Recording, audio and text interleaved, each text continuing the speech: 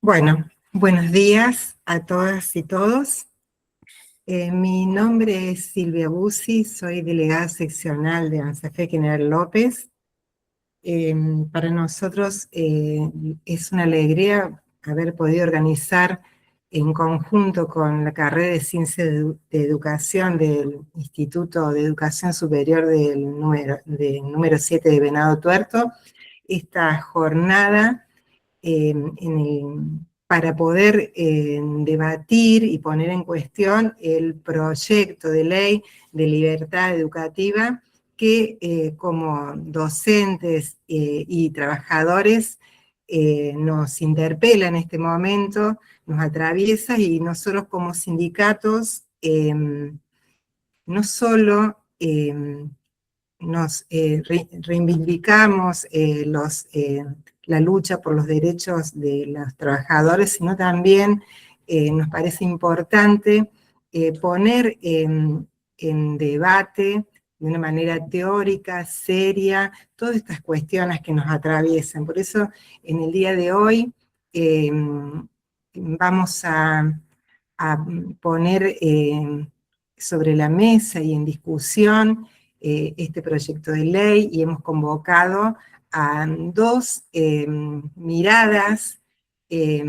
con diferentes posturas y miradas sobre la política educativa, y nos parece muy importante que se dé este debate en el ámbito del sindicato y siempre en conjunto y en articulación con los institutos de formación docente. Vamos a tener la presencia hoy de la doctora Romina de Lucas y el doctor Mariano Narodowski. Agradecemos a ellos la presencia y la disposición para estar hoy en esta charla. Agradecemos a todos ustedes y a continuación le voy a ceder la palabra a los alumnos de la carrera de Ciencias de la Educación, que son quienes van a coordinar este debate y se van a encargar de las preguntas. Kevin Fernández, Delfina Ramírez e Irene Salvi, y aclarar un poquito de la dinámica. Los micrófonos, por una cuestión de organización, van a estar cerrados, pero cada uno de ustedes va a poder escribir las dudas y las consultas que tengan en el chat, y al finalizar cada una de las ponencias de los disertantes, se van a leer esas preguntas para que ellos puedan responder.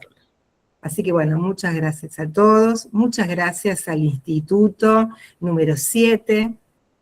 Nosotros siempre trabajamos con los institutos de formación docente del departamento, esta vez lo hicimos con el número 7, y nos parece muy importante que el sindicato, en conjunto con las instituciones en las que trabajan nuestros afiliados, podamos dar estos espacios de debate para temas que nos atraviesan a nosotros como trabajadores. Así que buenos días para todos, esperamos que disfruten que les sea útil esta charla, y agradecerle nuevamente a Romina y a Mariano. Les cedo la palabra a los alumnos de la carrera de Ciencias de la Educación. Bueno, buenos días a todos y a todas. Yo soy Kevin Fernández, estudiante del Profesorado de Educación Superior en Ciencias de la Educación. Y para comenzar, primero quisiéramos presentar a los ponentes que van a debatir o que van a poner en clave y en tensión esto sobre el proyecto de ley.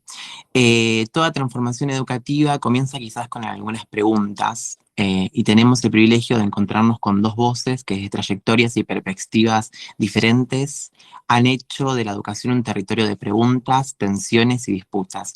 Escuchar a Romina de Luca y a Mariano Narodowski supone presenciar y abrir ese territorio de preguntas, poner en diálogos, interrogar y animarnos a pensar que la educación que estamos construyendo y qué lugar ocupa el Estado en este proyecto. Romina de Lucas es doctora en Historia, especialista en Historia de la Educación y Políticas educativas, docente de la UBA, investigadora adjunta del CONICET, autora de numerosos artículos de la especialidad y del libro Brutos y Baratos. Sus investigaciones se centran en vincular la base material con la evolución de las políticas educativas en nuestro país, colocando el énfasis en el nivel secundario. En el 2025 publicó su análisis específico del proyecto y en el 2026 profundizó sus estudios sobre las bases ideológicas del proyecto en diferentes artículos. Y le cedo mi palabra a mi compañera. Buenos días. Por otro lado, Mariano Narodowski es director del área de educación de la Universidad Torcuato Di Tella, donde también es profesor e investigador. Es doctor en educación por la Universidad Estatal de Campiñas de Brasil. Fue ministro de Educación de la Ciudad de Buenos Aires en el periodo de 2007 y 2009, y actualmente es miembro académico del Consejo Nacional de Calidad de la Educación y del Consejo Asesor de la Organización de los Estados Iberoamericanos para la Educación, la Ciencia y la Cultura. También publicó varios artículos y libros, entre ellos Escuelas y Familias y Futuro sin Escuelas. Bueno, ahora nosotros queríamos invitar primero a Romina que arranque con su debate y una vez que exponga, pasamos a Mariano. Gracias. Bueno, en primer lugar, agradecer al Instituto 7 y a Amsafé General López por la invitación. De ambos espacios me siento amiga por la cantidad de actividades a las cuales he tenido el placer de participar, así que este es una nueva secuencia dentro de esa historia. Y obviamente, conversar con Mariano, tenemos posturas diferentes. Sí, me parece que lo que une es compartir un balance de que el sistema educativo atraviesa una crisis. En eso efectivamente tenemos coincidencia hace muchos años en este planteo. En algún momento hemos señalado esto en bastante soledad, digamos, y ahora se ha generado un mayor consenso en torno a esto. La discusión, en tal caso, que vamos a tener acá, tiene que ver con el poder pensar si este proyecto de reforma nos va a permitir salir de esa crisis o en realidad va a profundizar determinados problemas que ya tiene el sistema educativo. Esta es la postura que yo voy a intentar sostener aquí, ¿no? Pero bueno, siempre es un placer intercambiar con Mariano. Ya hemos tenido, digamos, varios debates o intercambios a propósito de esto en distintos espacios. Bromeamos con que salimos por los barrios, digamos, a dar esta discusión, así que ustedes acaban a tener una muestra, digamos, de esto. Como les decía, a mí me parece que un poco la pregunta que ordena el debate que aparece en la invitación es si estamos frente a un giro copernicano en la dinámica del sistema educativo o si por el contrario hay un proceso de regulación, y me parece que de alguna manera yo coincido que hay un giro copernicano, digamos, dentro de lo que lo que es la dinámica o la historia del sistema educativo, pero creo que en ese sentido, digamos, hay un mayor proceso de desregulación, ¿sí? De un proceso de desregulación creciente sobre el sistema educativo, que en realidad no es nuevo. También lo que me parece importante señalar, y hace, digamos, al estado del debate, es de este proyecto, hasta ahora hemos conocido dos versiones en términos más o menos oficiales. Una primera que se difundió en el último trimestre del año, a la cual la prensa denominó la Ley Roca. Creo que erróneamente, digamos, ese planteo. Luego, digamos, hay un documento que sí tiene ciertas características más oficiales, llamémosle, porque está colgado en la página oficial, digamos, del gobierno, argentina.gov.ar.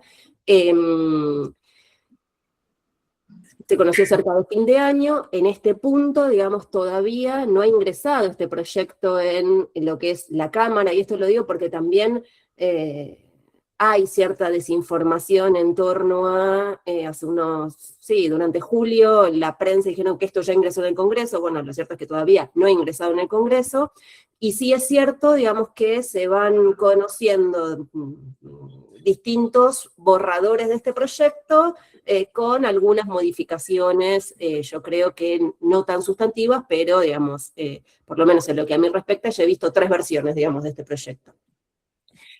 A mí me parece que hay tres grandes ejes, los cuales yo estructuré un poco la intervención, ¿sí? O sea, tres grandes ejes, mejor dicho, que tiene el proyecto, que elegí, digamos, para destacar, y luego, digamos, me parece que voy a intentar desarrollar una serie de ejes, sí, de ejes en relación a, digamos, aspectos que contiene la filosofía del proyecto o, digamos, a cuestionamientos que se señalan a propósito de, bueno, ¿por qué tomar este camino de este proyecto? ¿No? Es decir, porque pasó tal cosa, entonces el proyecto tal otra, ¿no?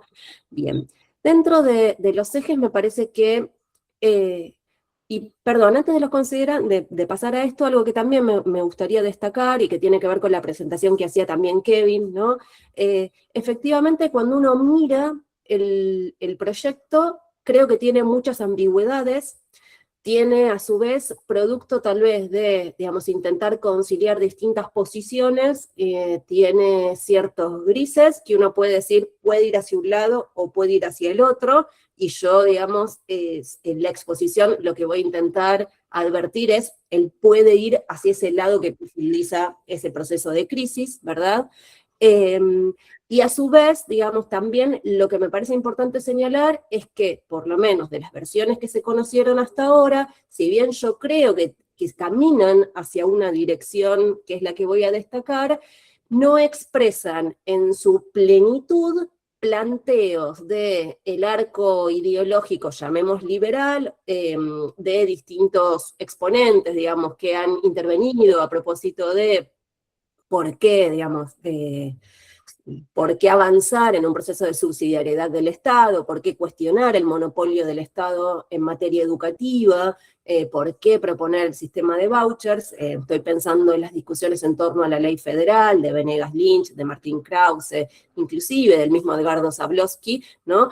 Quiero decir, el proyecto no expresa ese núcleo más duro en torno a esta perspectiva de cambio, ¿no? Entonces esto también, digamos, me parece que es algo para destacar.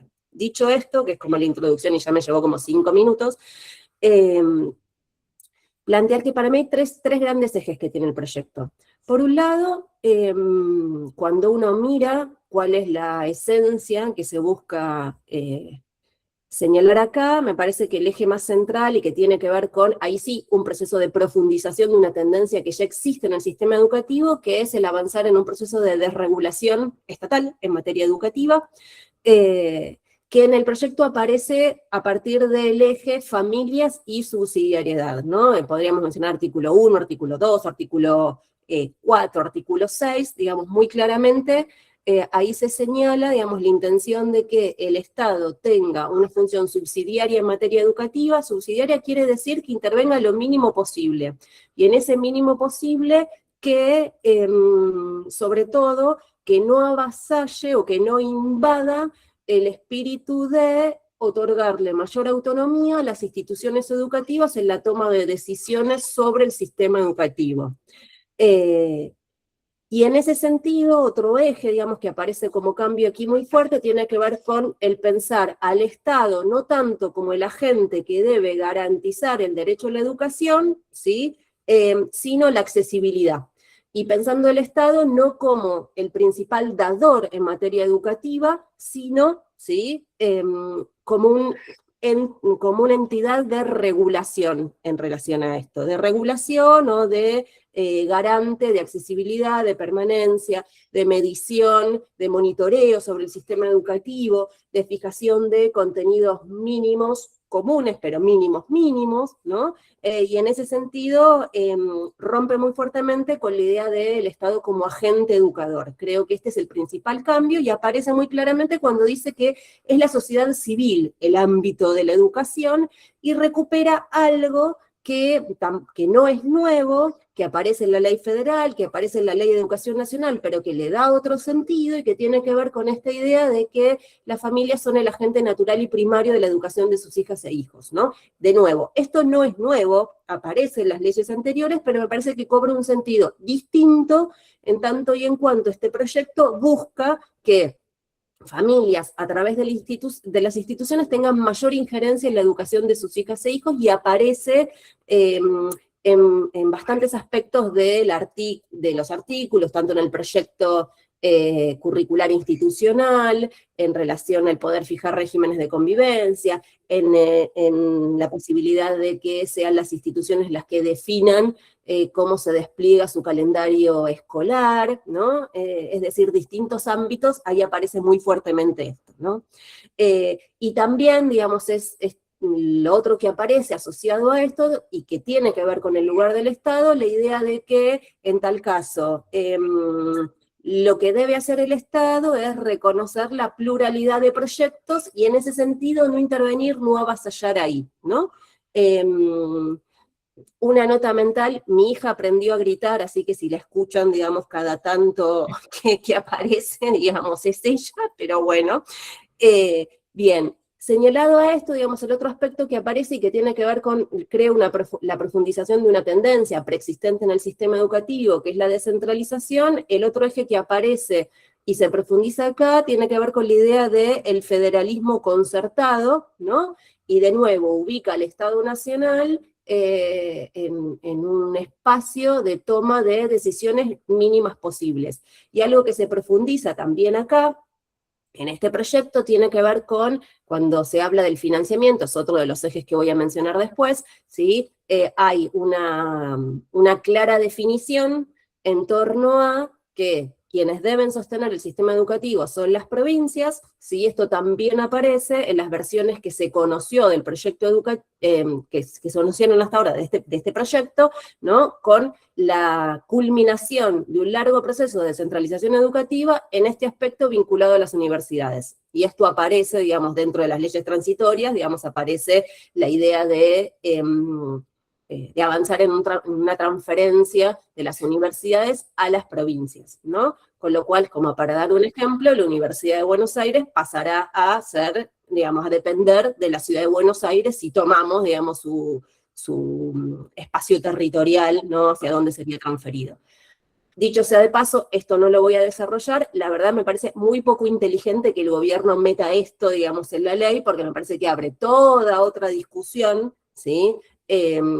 Puedo entender la lógica en el sentido de culminar un proceso de descentralización, pero me parece muy poco inteligente, así que, digamos, eso es algo que quiero señalar, pero es debate de otro, digamos, de otro conversatorio, si ustedes quieren, ¿no? Bien, entonces me parece que este es uno de los ejes más centrales que tiene el proyecto, ¿no? Y que yo llamo que avanzamos en un proceso ya no de descentralización, no de provincialización, sino ya de familiarización del sistema educativo. Y esto, digamos, me parece importante señalarlo porque, de nuevo, dentro de las ambigüedades que tiene el proyecto, si bien entre la primera, la segunda y la tercera versión que he visto hay un mayor reconocimiento de derechos de niñas, niños y adolescentes, lo cierto es que, digamos, aparece dentro de las obligaciones de niñas, niños y adolescentes, por ejemplo, respetar el ideario de las instituciones. El ideario de las instituciones es vector del ideario de las familias, y en ese sentido, entonces, digamos, bueno, ahí se abre, ¿no?, la pregunta en torno a la escuela como espacio de profundización de las visiones, las ideologías de las familias, en este espacio del currículum libre que pueden regular, ¿sí? O, digamos, la escuela como el espacio de lo común y de lo universal, y en ese sentido, digamos, el preguntarnos en qué aspecto hay, digamos, un ejercicio de la verdadera libertad y la autonomía, ¿no? La libertad se ejerce si yo puedo elegir y puedo conocer distintas visiones de mundo, no, digamos, si no puedo salir del corset, digamos, de las miradas y los prejuicios de las familias, y esto me parece que es algo importante para señalar. El otro eje que aparece muy fuertemente acá y que se relaciona con este, a propósito de el enfatizar la descentralización del sistema educativo en materia financiera, ¿sí? El otro eje es el financiamiento. Bueno, del artículo 70 al 80 y pico, digamos, es en el proyecto donde esto aparece, digamos, y obviamente reconociendo que la ley de financiamiento no se ha cumplido. María nos encargó de hacer la cuenta de cuántos decenas de miles de millones de dólares, digamos, no se ha erogado en el sistema educativo por no cumplir la ley de financiamiento. Digamos, en ese sentido, el proyecto no se compromete con ningún porcentaje y solo habla de recursos suficientes y oportunos que, como les dije antes, deberán erogar las provincias, ¿no? Y sí, digamos, hay, y de nuevo, de estas tensiones que aparecen en el proyecto y de hacia dónde me parece que quiere caminar, hay toda una perspectiva según la cual se habilita de alguna manera o aparece, digamos, contenido en materia de financiamiento. Por un lado, sostiene el sistema de vouchers, hay una búsqueda, y es más, esto aparece explícitamente, la idea de que el Estado debe garantizar un sostenimiento equivalente para las escuelas estatales, para las escuelas privadas. Entonces esto implica que voy a gastar el mismo dinero, y asociado a esto, digamos, lo otro que aparece es, obviamente, para garantizar la posibilidad de elección de las familias, ¿no? El financiamiento por demanda, digamos. Todos estos aspectos aparecen, digamos, dentro del proyecto. Yo creo que es donde se cuela tal vez esa promesa de Javier Milei en torno a, digamos, el introducir el esquema de vouchers en el sistema educativo argentino, y expresa de alguna manera ese núcleo duro que les decía antes, que viene desde los 90 interviniendo a propósito de esto, ¿no? En ese sentido, digamos, señalar que no se cumpla la ley de financiamiento educativo es un problema. Que no aparezca en esta ley qué porcentaje del sistema, digamos, del gasto de la inversión educativa busca gastarse, y se hable solo de oportunidad y suficiencia, me parece un problema también, ¿no? Entonces, en ese sentido, es algo para ver, sumado a, bueno, digamos, es muy claro entonces que el Estado Nacional solo va a intervenir financieramente en materia de políticas nacionales generales que no tienen que ver con el sostenimiento cotidiano del sistema educativo, y en ese sentido, entonces, bueno, ya sabemos que cuál es la expresión de esto, y tiene que ver con pensar, digamos, que va a haber una creciente desigualdad dentro del sistema educativo, profundizando una tendencia que tiene décadas, digamos, desarrollándose. El último eje que a mí me parece importante señalar acá tiene que ver con, yo le llamo la reforma laboral dentro del proyecto, ¿no? Y de nuevo, ¿no? Acá lo que uno encuentra es, bueno, por un lado, obviamente, la discusión en torno a la educación como un servicio esencial, y esto aparece, digamos, en torno a, bueno, proyectos, digamos, que exceden al marco de la Ley de Libertad Educativa. La idea de la recuperación de los días de clase. Es una paradoja, porque a propósito de, digamos, de esto, también es cierto que se recorta la cantidad de días, digamos, o de tiempo de cursado obligatorio, digamos, fijado por el Estado, si bien las instituciones pueden extender, digamos, ese periodo claramente, intervenir sobre el diseño curricular en ese sentido, digamos, pero bueno, acá hay una paradoja en torno a esto. Y sí, digamos, me parece que el aspecto tal vez menos advertido en torno a la reforma laboral tiene que ver con lo que yo creo que aparece muy fuertemente en el proyecto, que es limitar la libertad de cátedra docente, a propósito de que, digamos, la libertad pedagógica debe estar ajustada al proyecto institucional curricular, y es decir, digamos, entonces ahí hay un eje muy fuerte en torno a esto, sumado a cambios en las formas de contratación y de despido de la docencia. Si bien taxativamente no se dice, vamos a derogar todos los estatutos docentes, lo cierto es que, digamos, se crean mecanismos a partir de los cuales los directores de las instituciones tienen injerencia para contratar y despedir docentes. Los consejos de padres le llaman, sería mejor que le pongan de familias, vengo insistiendo sobre esto, pero no me escuchan, digamos, que le llamen familias, reconociendo el lugar de las madres en el sistema educativo. Bien, tienen voz en torno a, digamos, lo que es el equipo de conducción de la escuela, y en ese sentido, digamos, bueno, el poder pensar el peso de la familia, en tanto y en cuanto discutiendo en torno a, digamos, el equipo de dirección y la posibilidad de contratar docentes, bueno, efectivamente, acá, digamos, hay algo que se va a jugar, y lo que hay que pensar es si esto en realidad se lleva bien, ¿sí?, con lo que el proyecto señala, que busca mejorar la calidad educativa. ¿Por qué? Porque, digamos, precisamente la inestabilidad laboral o la inestabilidad de un equipo en una escuela es algo que tiene injerencia en los resultados, y entonces el pensar en la inmediatez en torno a este proceso, bueno, en lugar de avanzar en mejorar, me parece que lo va a perjudicar. Me queda poco tiempo, ¿sí?, en torno a lo que habíamos fijado, entonces quiero, digamos, siendo para mí estos los 3 ejes centrales que tiene el proyecto, el poder mencionar algunos aspectos que me parece que se cuelan en la discusión, ¿no? Por un lado, ¿no?, hay una idea, y tal vez esto lo va a desarrollar Mariano, ¿no? Con esto no quiero decir que esto lo dice Mariano, sí digo, digamos, en la defensa del proyecto, que el problema es que el Estado, digamos, avasalló a las escuelas, las llena, digamos, tiene la frase, la nuca del Ministerio de Educación está detrás del directivo, ¿no?, ahí lo están vigilando, y entonces la idea de que el Estado no funcionó porque nos ha traído esta crisis educativa, ¿no? Dicho sea de paso, la verdad es que escuchar a quienes han administrado durante 20 años el sistema educativo diciendo como que no tuvieron nada que ver con la crisis es bastante indignante, ¿no? Pero que eso nos indigne no quiere decir, digamos, de que esta perspectiva sea mejor.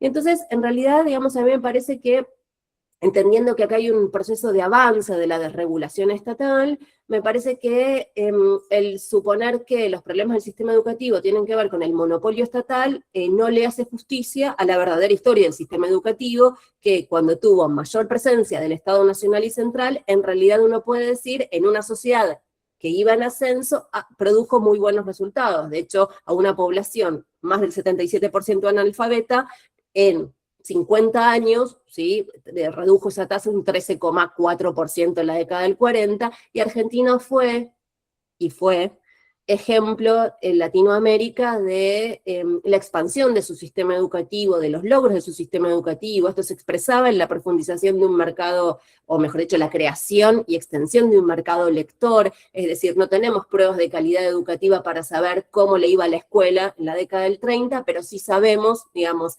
a través de la producción literaria, lo masivo que fue esto, y entonces uno dice, bueno, acá hay un indicador de que algo pasaba más allá del desgranamiento que tenía el sistema educativo. El sistema educativo en sus primeros años de escolaridad lograba una alfabetización muy profunda, ¿sí? Yo siempre doy el ejemplo de mi abuela, que llegó hasta 3er grado y leía Borges, y tráigame un chico de 3er grado que, no que lea Borges, que lea, ¿sí? Claro, entonces digo, bueno, ahí hay, digamos, algo para poder pensar, tiene que ver con la dinámica de la sociedad, pero me parece que eso es algo, digamos, para pensar ahí.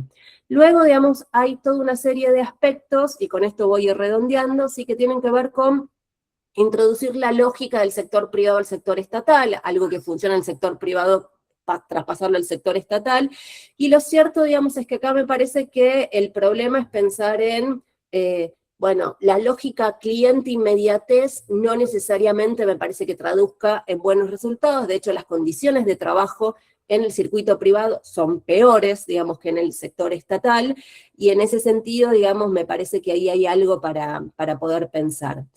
La idea, digamos, de que el problema es que los docentes no se comprometen con su trabajo, esto también, digamos, ha aparecido, digamos, en las discusiones, y que por eso hay que poner a los consejos de padres a fiscalizar, o por eso, digamos, hay que pensar en los mecanismos para reconocer a los mejores docentes de los peores. Bueno, la verdad es que, digamos, a mí me parece que el que no se compromete con su trabajo es el mismo Estado, cuando le dice a los docentes que, bueno, que garanticen inclusión, permanencia y retención, y lo pedagógico quedará en algún lugar, y esto aparece, digamos, como un elemento común que atraviesa a la Ciudad de Buenos Aires y a la provincia de Buenos Aires, por dar 2 ejemplos, digamos, de 2 gestiones políticas distintas. Me parece que ese es el gran problema del sistema educativo en las últimas décadas, y que tiene que ver con un proceso de deterioro de la sociedad a nivel general. La escuela da cuenta de ese proceso, ¿no? Para ir cerrando, porque me queda poco lugar, me parece que hay 2 grandes problemas, ¿no? Como que los planteo como disparador, y luego, si quieren, digamos, lo recuperamos.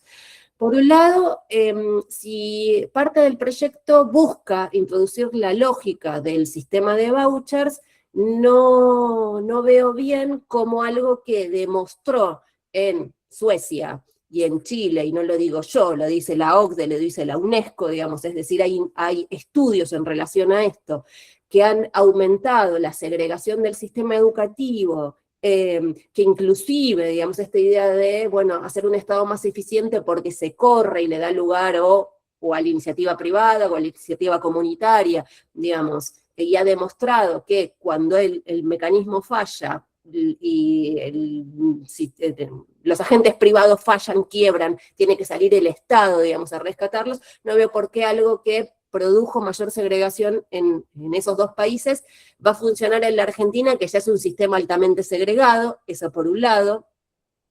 Y por otro lado, digamos, y este es el otro aspecto que me parece importante señalar, tiene que ver con cuando hablamos de las familias y cuando hablamos de la capacidad de elección, bueno, no podemos pensar este esquema en abstracción de las características de la sociedad argentina. Cifras oficiales, 28% de pobreza, que alcanza más del 43% de niñas, niños y adolescentes. Si tomáramos los datos del observatorio de la UCA, estamos hablando de casi la mitad de las chicas y los chicos en condiciones de pobreza, con un alto nivel de no terminalidad educativa, de ausencia de nivel secundario completo, digamos, para esas familias, y en ese sentido entonces pensar que la capacidad de elegir y de ponderar información, que es algo que aparece muy fuertemente, está condicionada por aspectos que exceden a las familias, ¿no?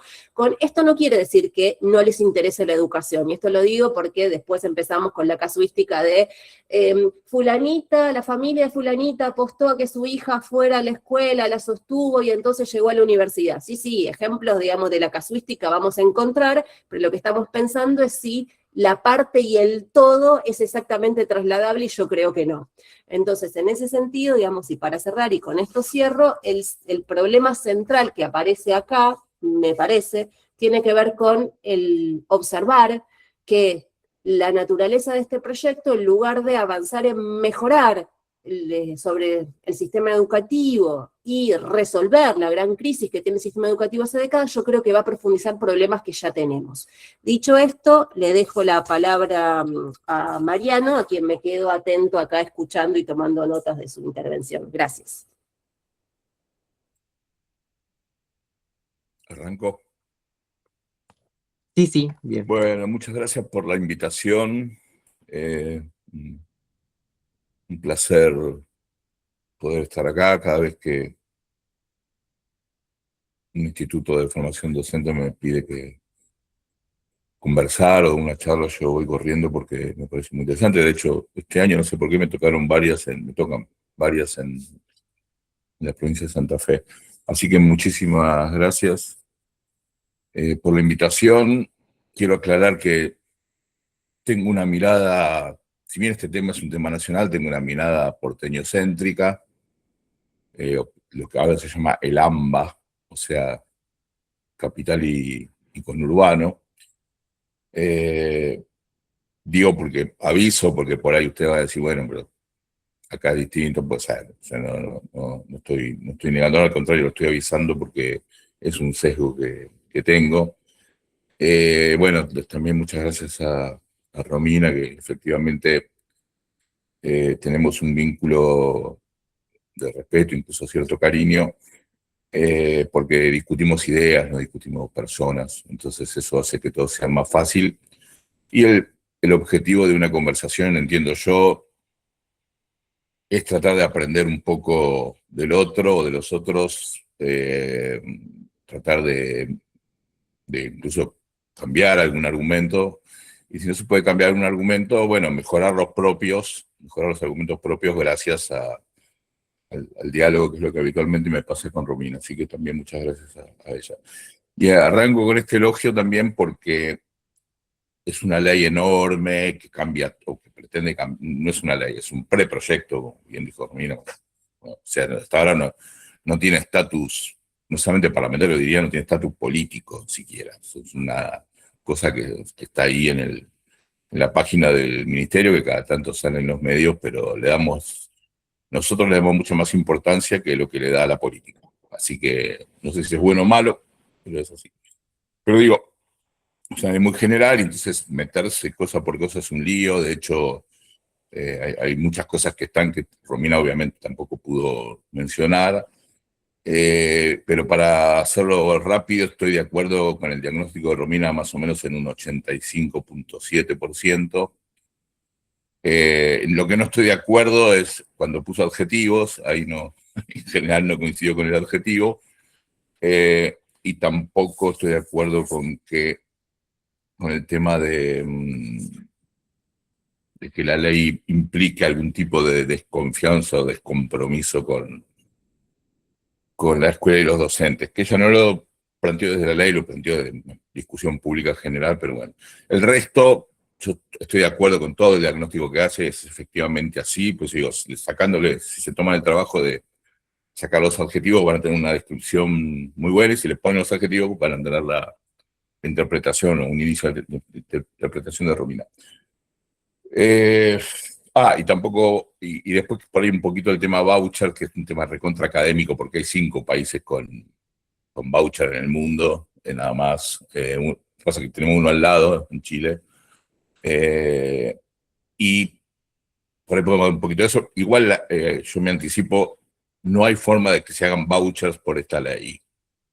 O sea, si una provincia va a poner un sistema de vouchers, es porque tiene potestad institucional y constitucional de hacerlo, pero no por esta ley. Esta ley no. El principio de subsidiariedad del Estado, así como está planteado en la ley, no admite vouchers. La palabra voucher, que lo figura una vez, me parece que es una concesión graciosa al programa político del presidente que votó la gente en el año 2023. Pero bueno, metiéndome un poco en el punto, yo creo que para entender este proyecto, este preproyecto de ley, hay que hacer un análisis de qué pasa antes, no antes de antes, lo que planteó Romina, que yo estoy de acuerdo también con eso, con el rol del Estado Nacional en aquel momento, sino entender cómo llegamos a donde estamos. Yo lo caractericé como una situación no de crisis educativa, sino de colapso educativo, pero colapso no como metáfora tipo tragedia educativa. Colapso, como una definición de la ciencia cibernética, es un sistema que tiene los circuitos que se van estableciendo de tal manera que cada vez que das una respuesta, la respuesta tiende a ser negativa, de retroalimentación negativa. El ejemplo que pongo es un poco trivial, pero bueno, para que se entienda mejor, porque no sé si lo puedo explicar muy bien, es cuando vas en un auto y te quedas en la arena, y el auto, ¿qué sabe hacer? Sabe avanzar, sabe retroceder y sabe doblar. O sea, no es, si sale volando es porque es el de Volver al Futuro, no es un auto. Entonces, cuando te quedas en la arena, cuanto más acelerás para adelante, para atrás o doblando, que es lo que se hace en un auto, más te hundís. Eso es una situación de colapso. Y yo entiendo que esa es la situación del sistema educativo argentino. Bueno, en un libro mío trato de explicarlo, digamos, de ofrecer evidencias, datos y una discusión sobre eso. Ahora, ¿por qué llegamos a esto? Bueno, hay que remontarse un poco más atrás en el tiempo. La Argentina tiene un sistema, según su Constitución Nacional, un sistema educativo federal, sin vueltas. Artículo 5 de la Constitución Nacional dice: la educación de la provincia, punto, se terminó. Esto está tomado de la Constitución norteamericana, que no lo dice de esa manera porque no está el tema, pero está planteado indirectamente. Alberdi lo toma de ahí y el artículo 5 dice eso, y se terminó. O sea, no hay discusión sobre eso. La discusión, toda la jurisprudencia, la corte, todo el mundo, la Argentina, provincia. Listo. ¿Cuál es el problema? Que desde 1800, estoy yendo muy atrás en el tiempo, pero perdón, porque para mí es importante que se entienda a mi punto de vista. Bueno, desde el primer día, y algo, en 1856 se crea un Ministerio de Educación, o sea, 3 años después de la Constitución, pero no era para las provincias, era un Ministerio de Educación para la capital, que todavía no sabía dónde quedaba, creo que en ese momento todavía sigue siendo Paraná, y para la capital y para los territorios nacionales, que en esa época eran más de la mitad del país. Las provincias se ocupaban de la educación. Ahora, ese modelo fracasó desde el principio porque las provincias decían o arguían que no tenían recursos. Si tenían o no tenían es una discusión. De hecho, Ale Morduchowicz tiene un trabajo diciendo que, bueno, por ahí tenían igual, pero no importa, decían que no tenían. Y el problema es que la Constitución de 1853 decía que las provincias tenían que garantizar la educación primaria gratuita. Lo primero que se hace en la reforma de 1860 es sacarle la palabra gratuita a iniciativa de Sarmiento. Sarmiento, sacándole la palabra gratuita, ¿qué pasó? Bueno, pasaba que las provincias decían que no podían mantener un sistema educativo, mucho menos que sea gratuito, o sea, que lo financie el Estado completamente. Entonces, al sacarle la palabra gratuita, se permitió la educación privada, pero además, sobre todo, se permitió un sistema que Sarmiento estimulaba mucho, que era lo que llamaba los sistemas de suscripción. O sea, Sarmiento entendía que el Estado no era el garante del financiamiento de la educación, tenía el modelo norteamericano en la cabeza, la educación era de los vecinos, de un distrito, de un barrio, de un municipio, así en Estados Unidos sigue funcionando más o menos de esa manera, que son ellos los que pagan. Entonces, de esa manera, sacándole gratuita, se podía resolver el problema. El problema no se resolvió, las provincias siguieron reclamando al gobierno nacional que le financie la educación. El gobierno nacional lo hacía en cantidades enormes, incluso con leyes nacionales, que necesitaba una ley, porque la Constitución decía que era la provincia, entonces el Estado necesitaba una ley para hacerlo, para que le permita hacerlo. Hasta que en 1905 la cosa no dio para más, entonces el Estado Nacional lo que decidió es, en vez de pasarle plata a las provincias que no sabemos en qué la gastan, y muchas veces no la gastaban en educación, lo que se hizo fue crear una ley, la famosa ley Laínez, que le permitió al gobierno nacional no solamente construir escuelas en las provincias, sino escuelas que dependían del gobierno nacional, primarias y secundarias. Esto fue, como creo que Romina lo planteó muy bien, esto fue la etapa dorada de la educación argentina. Tuvo un efecto negativo en algún sentido porque las provincias empezaron a gastar todavía menos en educación, porque claro, como igual el gobierno nacional le garantizaba, entonces construían menos escuelas, le pagaban menos a sus docentes, porque convivía el sistema nacional con el sistema provincial.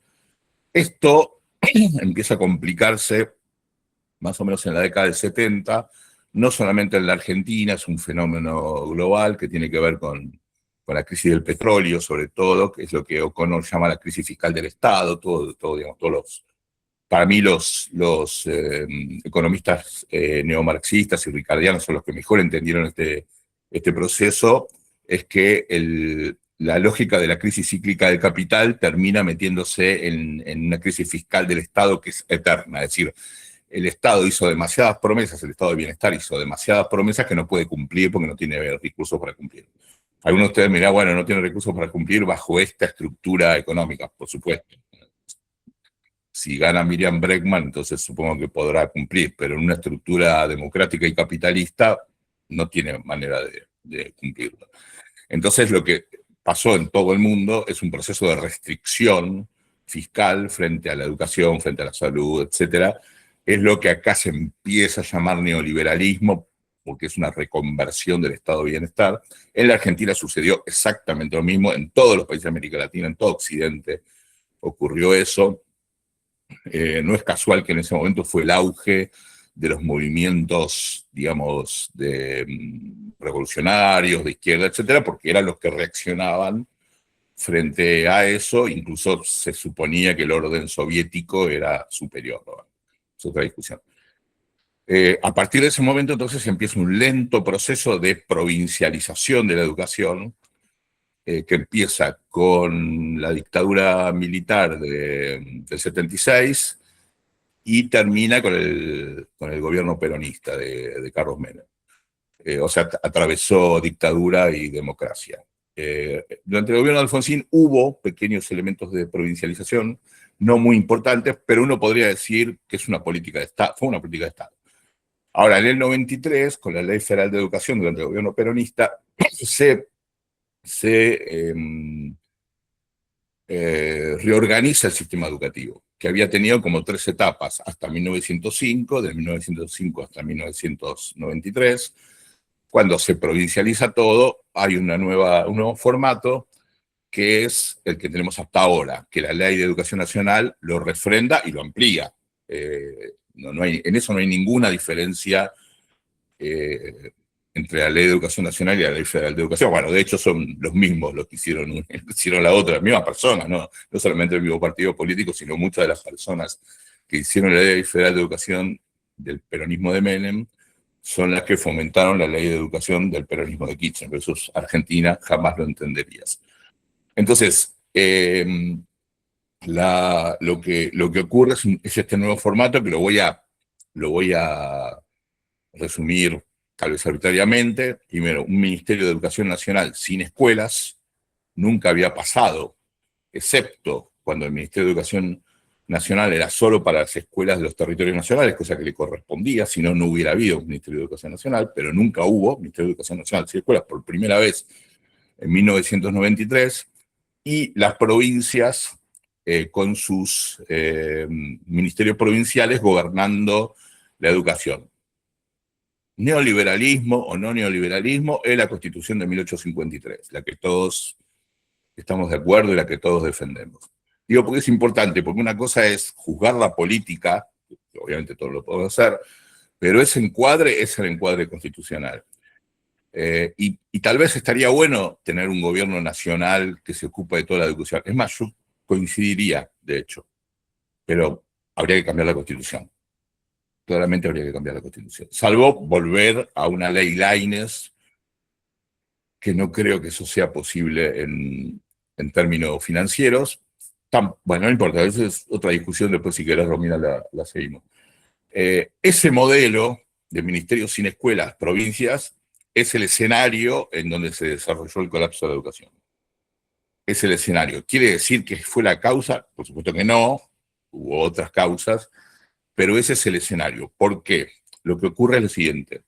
El Ministerio de Educación Nacional se queda más o menos con un 30% del gasto público nacional. De esa torta del 30%, el 70%, ahora es el 80% con Milei, lo destina a las universidades nacionales. O sea, es un gasto claramente pro-rico. No pro-rico porque los que vayan a la universidad sean ricos, sino que no es un gasto para los chicos de los barrios, de las escuelas públicas de la provincia. Es un gasto para la gente que llega a la universidad. Por suerte cada vez hay más gente de menores ingresos que llega, sobre todo a las nuevas universidades que se crearon, no tanto a las tradicionales. Eso me parece muy bien, pero el gasto desde el 93, el gasto de la nación es centralmente para las universidades. O sea, para los sectores de mayores recursos. No digo que esté bien o esté mal, digo, eso es así. Extrañamente con Milei eso creció, o sea, la torta es de menos plata porque se hizo el ajuste, pero las universidades se llevan ahora un 80%. Cosas que hay que ver. Entonces, la capacidad financiera de la nación se redujo muchísimo. Y la capacidad financiera de las provincias tiene enormes desigualdades de acuerdo a la provincia de que se trate. Ahí hay otro problema, que es el problema del federalismo fiscal argentino, que muchas provincias reciben poco dinero, con ese dinero les alcanza para mantener un gasto público del personal del nivel central muy importante, lo que logra un sistema, digamos, clientelar que le permite sobrevivir a dinastías políticas durante mucho tiempo. Pero convengamos que ahí hay claramente un problema. Entonces, la única justificación del gobierno nacional es ese 30% del gasto. De ese 30%, aproximadamente un 10% se lo lleva la administración, o sea, el Palacio Pisurno, el Palacio Sarmiento, que está en Rodríguez Peña y la calle Pisurno, que está cortada porque el Ministerio de Educación decidió cortar la calle, de piquete pedagógico, solo lo usan para estacionamiento de los empleados, lo cual habría que computarlo al gasto del ministerio.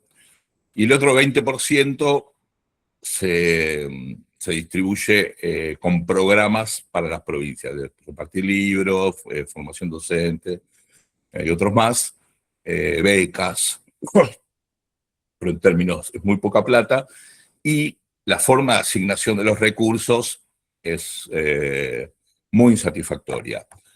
Hay mucha investigación sobre eso, pero yo me quiero referir específicamente al libro de Cecilia Velera, que se llama La cocina de la política educativa. Ella recorrió todas las provincias entrevistando a los funcionarios provinciales, hizo un montón de entrevistas en todas las provincias.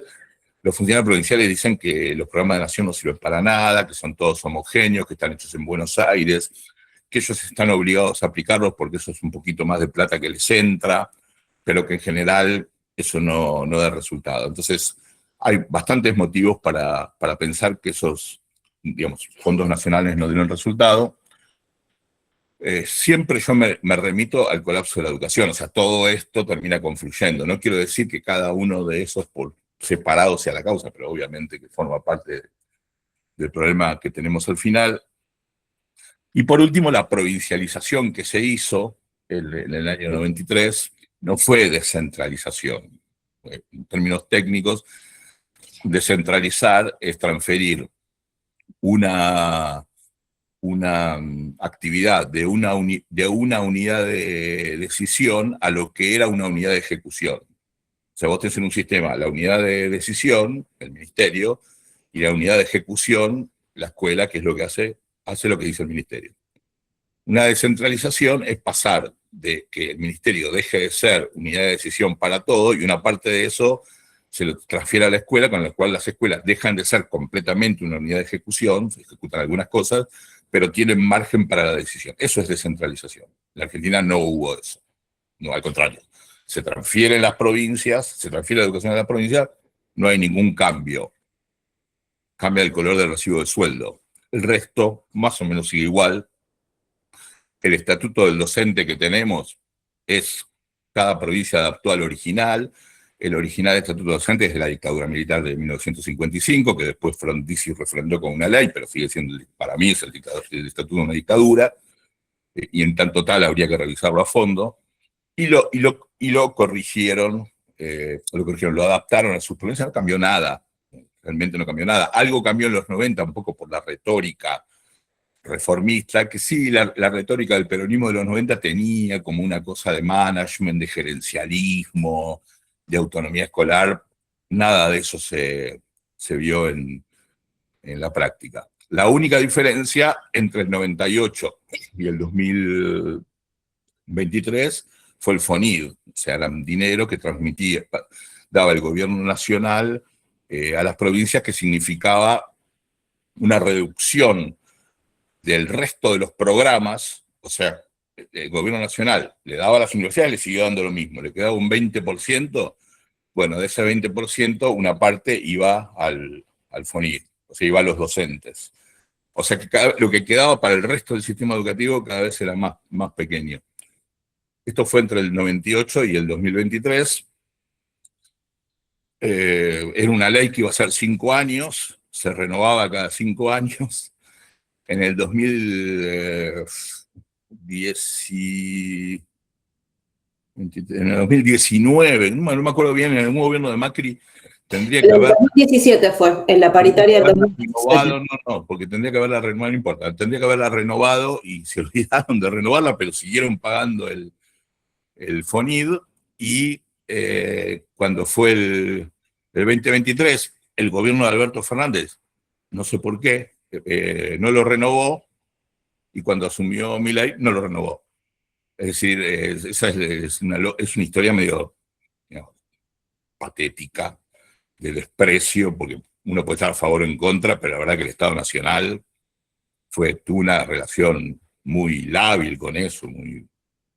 Es más, yo propuse que por qué no la oposición al gobierno de Milei no sancionaba una ley de FONID, ya que quede. No se presentó un proyecto. Creo que Máximo Kirchner llegó a presentar un proyecto, pero al final nunca se trató y eso quedó en la nada. O sea, la política nacional, por más que sean de provincias, no estaba interesada en eso. y tampoco estaba interesada, o está interesada en el 6% del PBI para educación, que efectivamente se cumplió una sola vez en 2015. La segunda que estuvo más cerca fue con Macri en el 2017, que estuvo 5,9, y hasta el 2021 era una deuda que nosotros calculamos de 26.000 millones de dólares, lo cual equivale a un ejercicio entero de educación. O sea, si la querés recuperar al año siguiente, todo sería el doble. Sueldos el doble, todo el doble. Para que tengan una idea, esa deuda en el 2021 era más de la mitad de la deuda que tomó Macri con el Fondo Monetario Internacional. Una enorme cantidadita.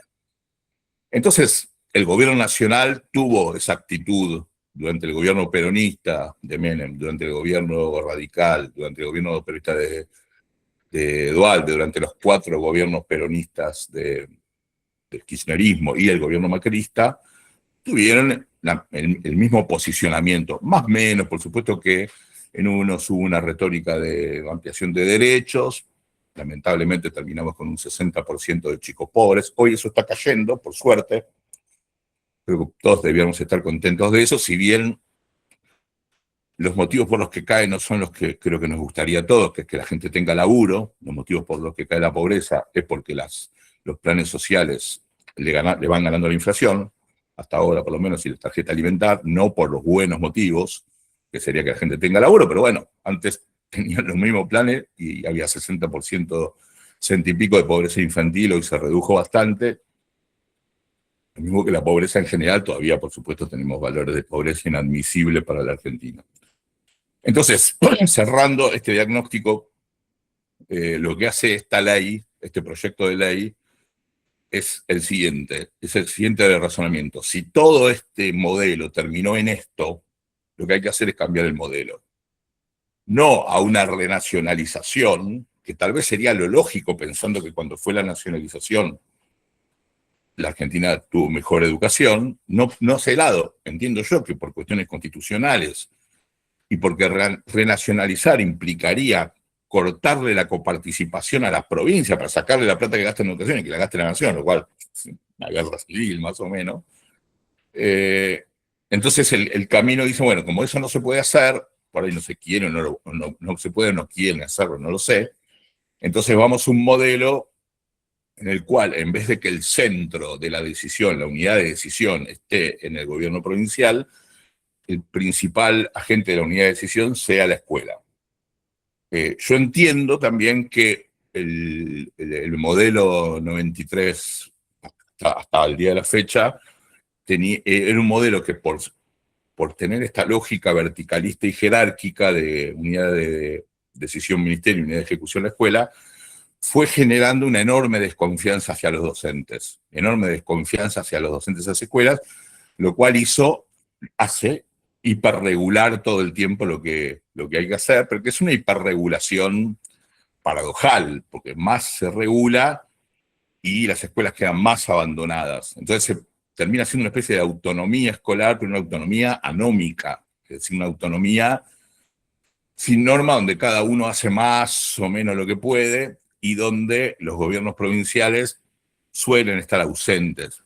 De vuelta, yo estoy porteñizado, así que por ahí debe haber diferencias, hay diferencias entre provincias y entre gestiones incluso, ¿no? Pero por lo menos ese es el formato general.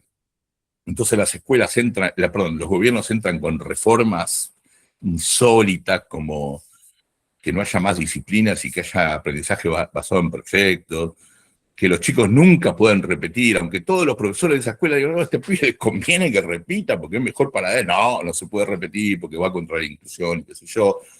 O que hay que integrar a pibes con discapacidad, no importa el contexto, o sea, no importa si el pibe es incluible, no importa si los profesores tienen idea de qué hacer con esos chicos. Dicen, bueno, pero entonces va a haber apoyos para eso, los apoyos nunca llegan. O sea, toman una cantidad enorme de decisiones y las escuelas las tienen que ejecutar. Entonces, este proyecto, por eso yo le dije Revolución Copernicana, y me alegra que Romina lo hayan tomado, porque no quiere ser algo que necesariamente sea positivo, pero sí es poner a la escuela en el centro y al Estado como como bueno, creo que Romina dijo bien, una especie de árbitro, un coordinador que financia, el Estado provincial por supuesto, que financia y que provee de algunas herramientas, básicamente los contenidos, el diseño curricular, que sigue siendo estatal, aunque tiene un margen importante para que las escuelas lo adapten, y con más herramientas en las escuelas para el trabajo docente. Este es el tema más polémico, sobre todo teniendo en cuenta que están presentes los compañeros de ANSAFE, pero la verdad que hoy por hoy un director tenemos muchas palabras militares en el sistema educativo, tal vez porque vienen de un estatuto de esa época, ¿no? Un director toma posesión del cargo directivo sin conocer la escuela. Cosa posible. Es decir, gana el concurso porque está en el orden de mérito, toma posesión. Depende de la provincia, puede cambiar, puede rotar, puede trasladar, puede permutar, sin importar si eso a la escuela le conviene o no, a los chicos le conviene o no. Los docentes que llegan a esa escuela toman posesión por el mismo mecanismo. La directora, o el director, pero la mayoría son mujeres, la directora ni los conoce, ni sabe quién es. Como hice yo cuando fui maestro, ¿no? Fui con mi papeleta y le dije a la señorita Leonora, que obviamente con ese nombre tiene que ser directora, señorita Leonora, acá me gané la titularidad, pase, qué sé yo, nada. No hay una entrevista, no hay una puesta en común, no hay un diagnóstico. Si ese docente está bien para esa escuela, por ahí está bien para otra, pero no para esa, por el barrio, por el tipo de equipo docente que se forman ahí. Entonces, el armado de equipo docente es imposible. La verdad que es muy difícil. No es que no se haga, se hace especialmente cuando la directora o el colectivo docente tiene mucha gana, mucho interés, mucha garra, que tiene convicción, que tiene entusiasmo, que tiene compromiso, pero yo soy docente, soy bastante vago. Si por mí fuera, la verdad que me quedaría muchas veces en casa mirando Netflix. Los docentes promedio necesitamos incentivos para laburar. Como cualquier laburante, no haces todo por convicción, por entusiasmo, por compromiso. Tiene que haber algún tipo de incentivo, de reconocimiento, así funcionan bien las organizaciones.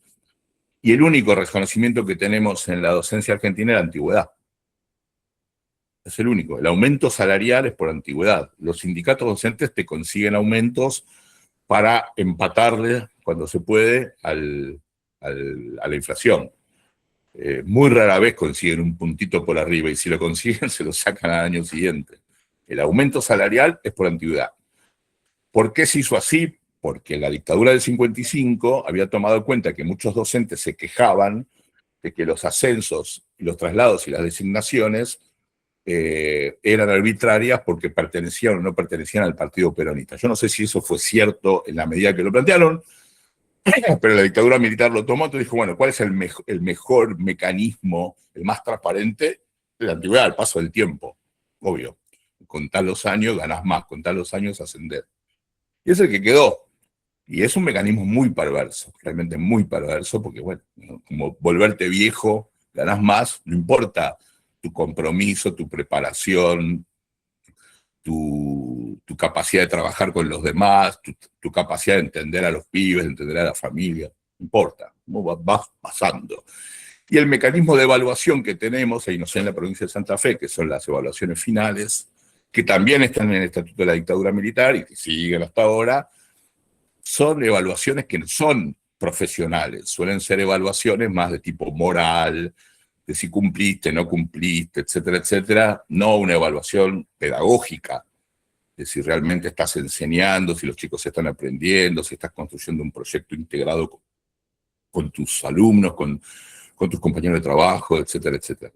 Entonces, a mí me parece que, independientemente de algunos detalles que son más controversiales del proyecto de ley, me parece que eso va en la dirección correcta. Y yo creo que muchos docentes se van a beneficiar con eso, porque claramente el docente que trabaja bien le da mucha bronca que el de al lado, que falta todo el tiempo, que no hace nada, y que se rasca, y que hay que cubrirlo cuando falta mucho, porque el chico no se quede solo. Bueno, ese docente seguramente va a estar más conforme y que lo puedan reconocer a él que está laburando bien. Por supuesto, repito, esto imagino que acá es súper controversial. Un último punto, que es lo de las familias. Efectivamente, yo ahí estoy muy de acuerdo con Romina y lo planteé públicamente en una conversación que tuvimos con un tipo, con Carlos Juevel, un asesor del ministerio, un tipo muy formado y también muy racional.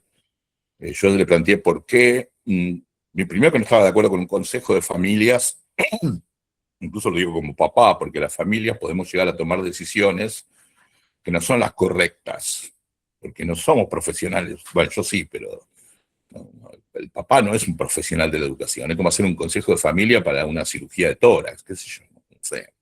Sabes, el cirujano. Entonces, la verdad que yo no estoy de acuerdo con eso. Y además, aunque sean buenas las decisiones que se toman en un momento, pueden ser malas 10 años después, cuando esas familias ya no están más en la escuela. Pero yo estoy en desacuerdo con eso. Pero mucho más en desacuerdo con eso estoy, de que sean solo las escuelas estatales y no también, eventualmente, las escuelas privadas. La verdad que no me pudieron dar en ese momento, no me pudieron dar una explicación razonable de eso. Por lo menos yo entendí que no me podían dar una explicación razonable. Entiendo que en la ultimísima versión, que creo que todavía no se publicó, como que bajaron eso, como que lo moderaron. No sé. Pero yo creo que ahí hay un problema. Para mí, la unidad de decisión tiene que ser la escuela. Para mí eso es correcto. Eso genera una mejor situación en la docencia. El Estado no se tiene que borrar, pero tiene que apoyar, tiene que generar contenidos curriculares que garanticen cohesión social. Como dijo Romina, universalidad. Bueno, me perdí. Bueno, lo que dijo Romina.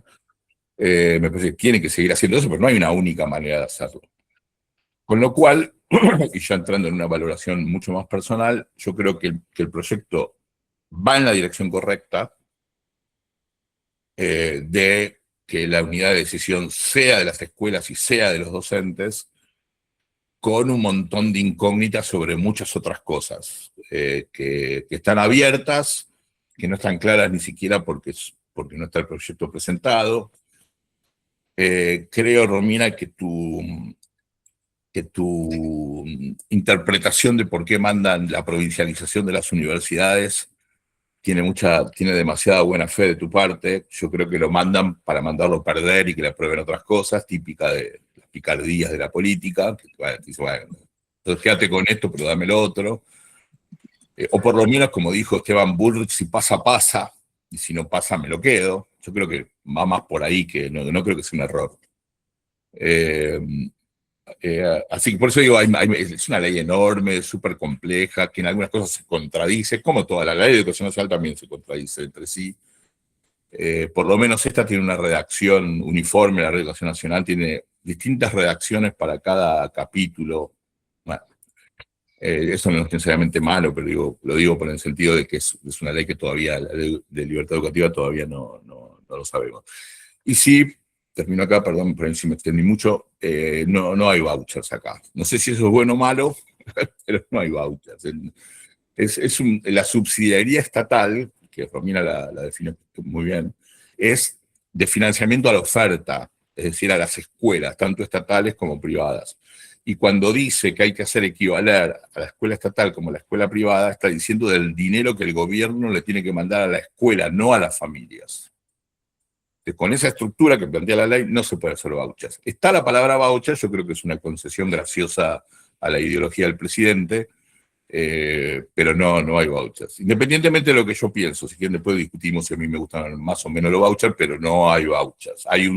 El modelo en eso no cambia absolutamente nada. Es decir, si bien hay una idea de primacía de las familias, a las familias no se las empodera con financiamiento, como si eso sí es en un modelo de vouchers. Bueno, espero no haberme extendido más de la cuenta, espero haber sido claro. Y bueno, no sé, Romina, seguimos conversando. Bueno, antes que todo les agradecemos a los dos la exposición de sus posturas y si bien algunas de las cuestiones ya fueron habladas por ustedes, vamos a dejar algunas preguntas para que se presten para debate. Pueden elegir qué preguntas responde cada uno o pueden complementarse ambos. ¿Qué concepción de educación y de sujeto educativo subyace detrás de los principios de la Ley de Libertad Educativa?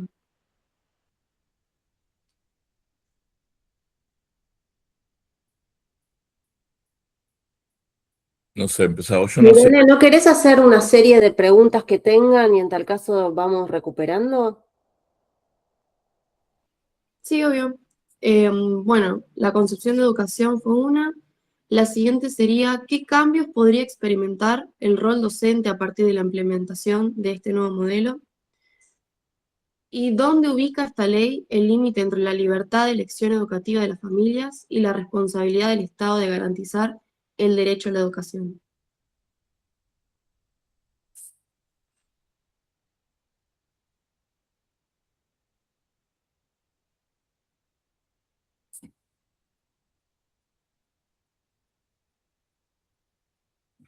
Bueno, yo puedo empezar con la tercera, que es la que más me gusta. ¿Puedo? Bueno, a mí, primero que en el proyecto de ley, la elección de escuelas está proclamada, o sea que los padres tienen libertad para elegir escuelas, pero como no hay un sistema de vouchers, entonces eh, en las escuelas públicas el sistema va a seguir siendo igual que hasta ahora. O sea, más o menos por cercanía. Para que haya libertad de elección de escuela, por ejemplo, en la escuela pública tiene que haber un sistema de transporte escolar, porque la educación es gratuita, entonces tiene que haber un micro que te lleve a la escuela que elijas para tus hijos. No hay, excepto, igual que ahora, que tengas plata para pagar. Eso es igual que ahora. O sea, ahora hay elección de escuelas de toda la vida. Lo que pasa es que la elección de escuelas es solo para las familias que tienen capacidad financiera para hacerlo. Los que no tienen capacidad financiera pueden realmente elegir escuela pública porque está mejor, o si pudieran ir a una escuela privada lo harían, pero no tienen plata. Entonces ahí es. Ese es el primer punto. Segundo punto, yo no veo una contradicción, porque está planteado el límite entre la elección de escuelas versus Estado garantizando. Yo no veo esa contradicción porque hasta ahora hemos tenido un Estado garante, un Estado ampliador de derechos, un Estado defensor de lo público, y la verdad que no ha garantizado el derecho a la educación. Creo que eso es evidente. Entonces a mí me parece que ahí no está el problema central. El problema central es cuál es el instrumental que tiene el sistema educativo, particularmente las instituciones escolares, para poder garantizar el derecho a la educación. Me parece que esa tensión entre Estado que garantiza versus elección de escuela, yo no lo veo. Hoy hay elección de escuelas, solo escuelas privadas se pueden elegir, el que tiene plata, y hay un Estado que se posiciona garantizando y no lo hace. Entonces, la verdad que no encuentro una dicotomía. Yo creo que en el caso del proyecto de libertad educativa, creo que Romina en esto sí va a estar en desacuerdo, en otro por ahí también, pero bueno, estoy seguro, se podría lograr un equilibrio entre un Estado que garantiza y la libre elección de escuelas con escuelas muy fuertes, donde la decisión sea del conjunto de los educadores y no del burócrata que está en la administración provincial, que con mucha suerte tiene alguna formación y con recontra suerte alguna vez pisó un aula. Así que yo creo que se puede. Ahora, si este modelo de libertad educativa necesariamente va a garantizarlo, obviamente no sé, qué sé yo, la verdad que no lo sé.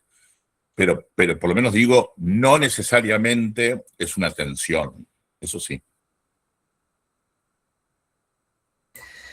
Ahí yo, Mariano, tengo una mirada diferente en torno a este planteo que vos haces que la ley no habilita el esquema de vouchers. De hecho, por lo menos la interpretación que yo hago del artículo 81, capítulo 2, instrumentos de financiamiento, el inciso B, digamos, del artículo 81, se habla, digamos, establece que dentro de los instrumentos de financiamiento hay asignaciones otorgadas a las familias o alumnos destinados al sostenimiento de la inversión familiar y personal en educación. Con lo cual, me parece Eso que... no es un voucher, ¿eh? Bueno. Eso no es un sistema de voucher, eso es una beca.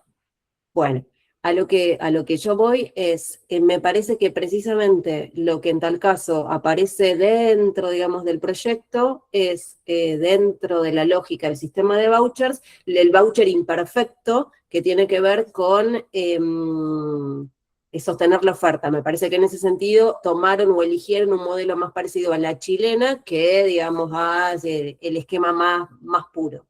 Para, porque así nos ponemos de acuerdo en algo. A ver, para que haya un sistema de vouchers, tiene que pasar que todas las familias que tienen hijos en edad escolar tengan una cantidad de financiamiento que los sigue, no importa a qué escuela vayan. O sea, el dinero sigue al chico. Uh-huh. En el caso chileno, si vas a una escuela privada, la escuela privada te podía más cobrar un copago. Ahora ya, eso con Bachelet se prohibió, entonces el voucher es puro. Lo que plantea ahí es una beca, es decir, que se le pueden dar ingresos a las familias para que hagan tal o cual cosa, igual que ahora. En eso no hay ninguna diferencia. Mi punto es, si hoy, sin la ley, una provincia decidiera hacer un sistema de voucher, puede, tranquilamente. No hay nada que se lo impida. Una ley de la legislatura, puede ser que haya algún artículo de la Ley de Educación Nacional que vaya en contra, pero a nadie le importan las leyes. De hecho, hay un montón de artículos de la Ley de Educación Nacional que no se cumplen, particularmente el artículo 69, que cambia radicalmente la lógica de los estatutos del docente de la dictadura del 55. Así que, yo no, honestamente, un sistema de vouchers, ahí no hay. Esa es mi visión, no hay. De todas maneras, a mí me parece que, que hay discusiones en las cuales no... A ver, podemos discutir si es más puro, si no, si uno interpreta bien que hay un esquema de vouchers o en realidad es una beca, que la beca va a ser, digamos, y en ese sentido, si ¿cómo se va a operacionalizar la beca? ¿No? Porque efectivamente, si el fundamento de la ley tiene que ver con el fomentar la capacidad de elección de las familias, bueno, la beca va a tener que necesariamente seguir, ¿sí? O sea, a esa piba o ese pibe en su itinerario de distintas instituciones. O sea, eso lógicamente es así. Uno puede decir, bueno, la ley no lo define hasta la última instancia, pero efectivamente el espíritu va en ese sentido. Pero al margen de pero eso... si fueran vouchers tendría que ser universal. Y ahí es para un alumno determinado. Sí.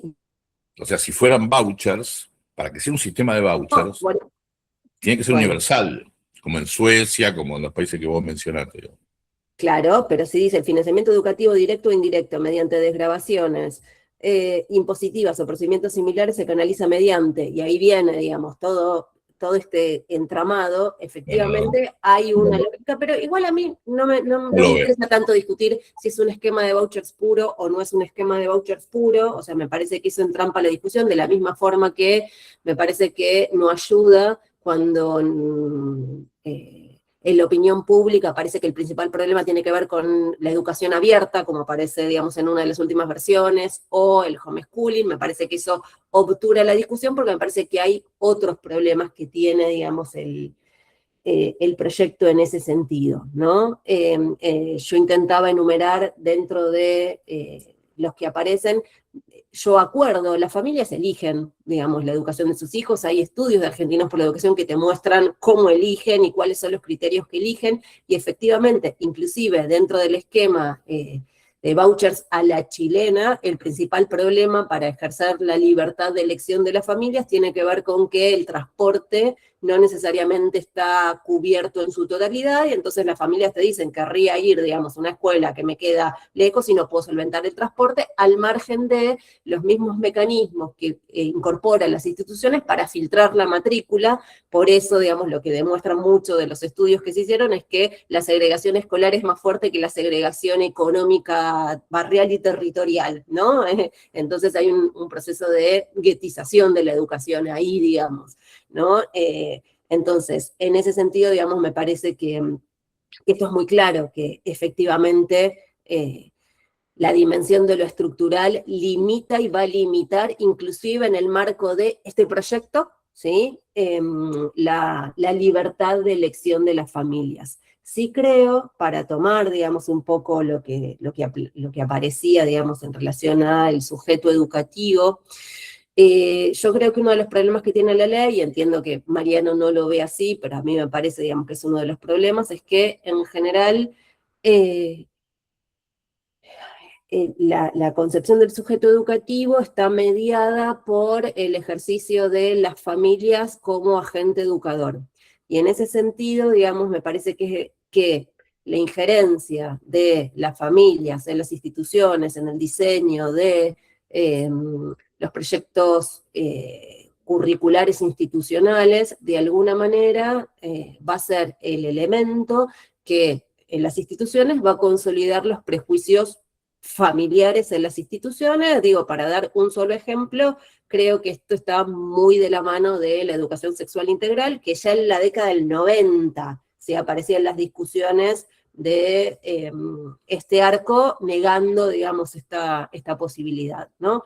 Digo, podemos hablar de la ESI, pero, digamos, me parece que incluye varios aspectos, y en realidad acá el principal problema es que quienes pierden como sujetos educativos son niñas, niños y adolescentes, donde la escuela, como espacio de lo común y de lo universal, es el espacio, el territorio en el cual, digamos, uno encuentra visiones distintas en relación a los propios prejuicios de las familias, ¿no? Entonces me parece que ahí, en ese sentido, hay una concepción de sujeto educativo más restringida, ¿no? Y si lo tengo que plantear de manera muy extrema, como para que se entienda la posición, creo que el principal problema tiene que ver con pensar que hijas e hijos son atributos de las familias, y en realidad, no, son atributos, digamos, obviamente la familia educa, es el primer agente educador, transmitimos todos nuestros prejuicios a nuestras hijas e hijos, ¿sí? Pero encuentra en la escuela un contrapeso a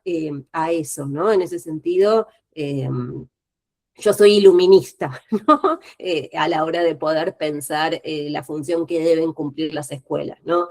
En relación a esto. Entonces me parece que ahí hay un punto, digamos, que hay que atender.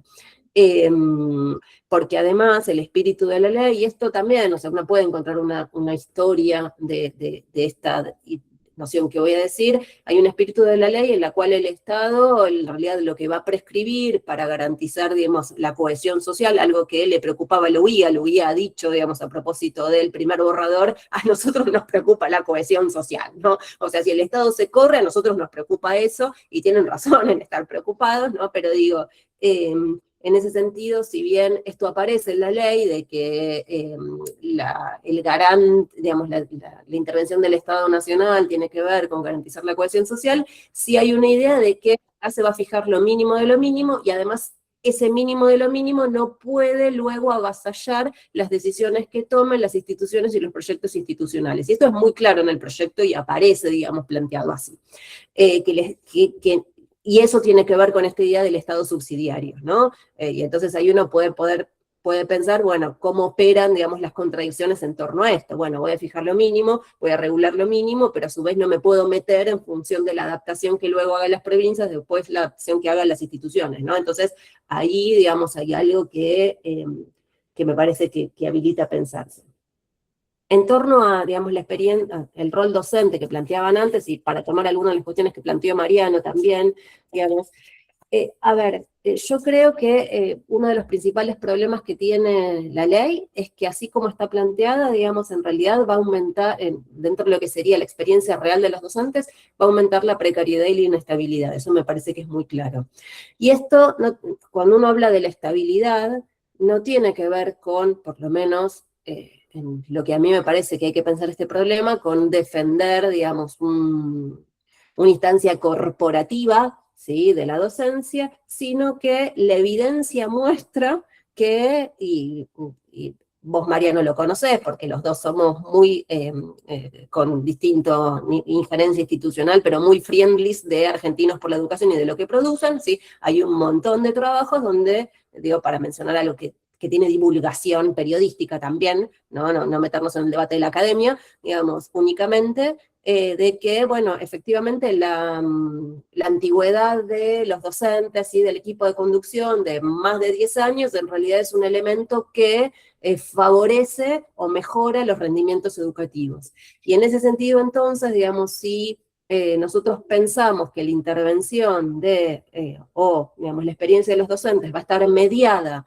por cuestiones muy coyunturales, como cómo le fue a la escuela en X momento, o qué opinan las familias, ¿no?, o el consejo de padres, bueno, me parece que esto en realidad va a abrir un escenario de mayor inestabilidad, y precisamente el problema que tenemos en educación es que uno necesita sostener cambios a lo largo del tiempo, y efectivamente yo coincido que consolidar equipos institucionales hace una diferencia, ¿no? Y el conocimiento de la comunidad y la escuela, y esa relación entre comunidad y escuela hace una diferencia en el rendimiento educativo. Esto, digamos, hay evidencia a lo largo del mundo de que esto opera así. Ahora, esto no puede pensarse en abstracción de las condiciones concretas y reales de trabajo, ¿sí?, de la docencia, porque muchas veces, digamos, si el docente traslada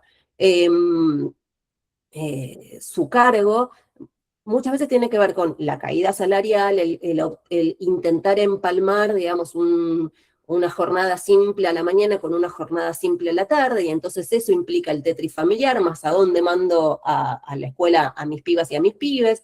Entonces, digamos, hay muchos estatutos que además impiden, digamos, el tener un cargo de jornada completa en el Estado, y entonces ahí entra la lógica de trabajo a la mañana en una escuela estatal y en una escuela privada, o el pluriempleo, trabajo de una cosa de docente a la mañana y de otra cosa que no tiene nada que ver, digamos, a la tarde. Esto se ve mucho también en la estructura de los docentes de las distintas disciplinas, digamos, ¿no?, más en secundario que tal vez, digamos, a nivel de maestra de grado. Entonces digo, estos aspectos que hacen a la volatilidad de la docencia que tiene hoy día y que no hay consolidación de equipos institucionales, bueno, tiene que ver con las condiciones reales materiales de trabajo de la cual el Estado es responsable, ¿no? Digo, y el Estado que viene administrando, y el personal político que viene administrando la política educativa hace décadas, ahora opina desde el otro lado diciendo como si hubiéramos vivido, ¿no?, en el mejor de los mundos posibles. Bueno, esto no es así, digamos, pero son las condiciones en las cuales se explican esa inestabilidad de la docencia. Entonces, y por otro lado, digamos, uno puede decir, bueno, la verdad es que en relación al diagnóstico, la antigüedad es el elemento con el cual se premia, ¿sí?, a la docencia. Bueno, la antigüedad, de alguna manera, sí, la evidencia nos muestra que produce resultados, en el sentido de en la institución, la antigüedad en la institución. Ahora bien, lo cierto es que con el achatamiento del salario básico y la estrategia de la recomposición salarial a través de los bonos no remunerativos, las sumas en negros, hizo que la diferencia del rubro antigüedad tiene un peso cada vez menor en el salario docente, ¿no? Y esto se ve cuando la docencia se jubila, se ve, digamos, entre la diferencia entre el cargo de testigo y 10 años de antigüedad, etcétera, etcétera. Luego, digamos, si incentivos salariales, ya hay muchas provincias que están introduciendo incentivos salariales y no tienen, digamos, que sacar una ley para hacer esto, el doble presentismo, los ítem aula, el reconocimiento de títulos, o sea, esto, digamos, es algo que efectivamente ocurre. Y la discusión también es que esto no puede pensarse en función de la abstracción de las condiciones en las cuales se realiza la tarea docente, ¿no?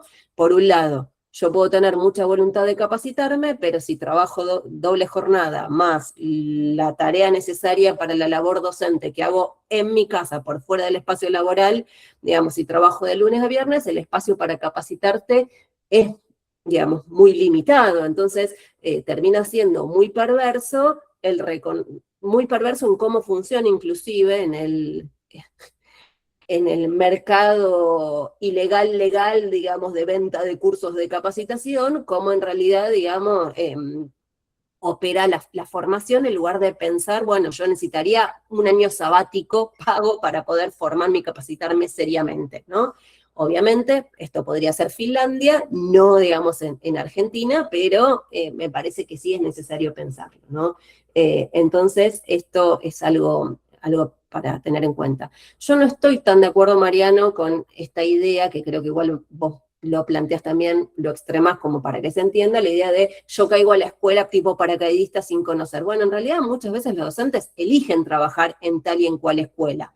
Pero el sistema no lo plantea así, lo hacen porque ellos quieren. Justamente mi punto es que eso no pueda depender de una voluntad individual, sino que es un sistema que está armado así. Por supuesto, siempre hay gente que hace las cosas muy bien. Bien, pero... Como hay familias, como vos dijiste, que logran, bueno, también hay muchos.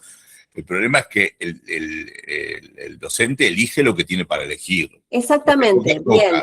Ahí es a donde voy, digamos. Entonces, lo que me parece que es una preocupación que para mí tiene el proyecto, tiene que ver con esto. Si nosotros planteamos, bueno, parte de la crisis que tiene nuestro sistema educativo, en donde un cuarto, ¿sí? O menos de un cuarto de las chicas y los chicos de todo el país tienen dificultades de lectocomprensión muy severas, y esto tiene un correlato, digamos, a nivel de las jurisdicciones, de las distintas jurisdicciones, que un cuarto es digamos, el promedio, y se expresa, digamos, distinto según nivel socioeconómico, según provincias, digamos, tenemos un problema muy serio ahí.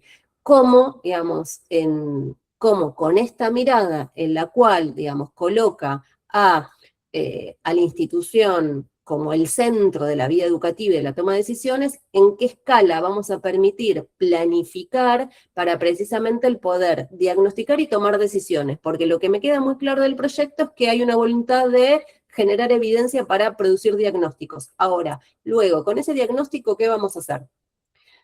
Y ahí, si no tengo, digamos, un diseño a nivel de política estatal, nacional, central, en donde pueda pensar cómo utilizo los recursos, cómo acompaño a las escuelas que tienen peores resultados, cómo consolido equipos institucionales, cómo mejoro las condiciones de trabajo reales de la docencia, cómo mejoro, digamos, el espacio de las aulas, me parece que pensar que esto va a quedar librado a las decisiones que toma cada una de las instituciones como si las pudiera tomar en el vacío, a mí me parece que es un problema, ¿no?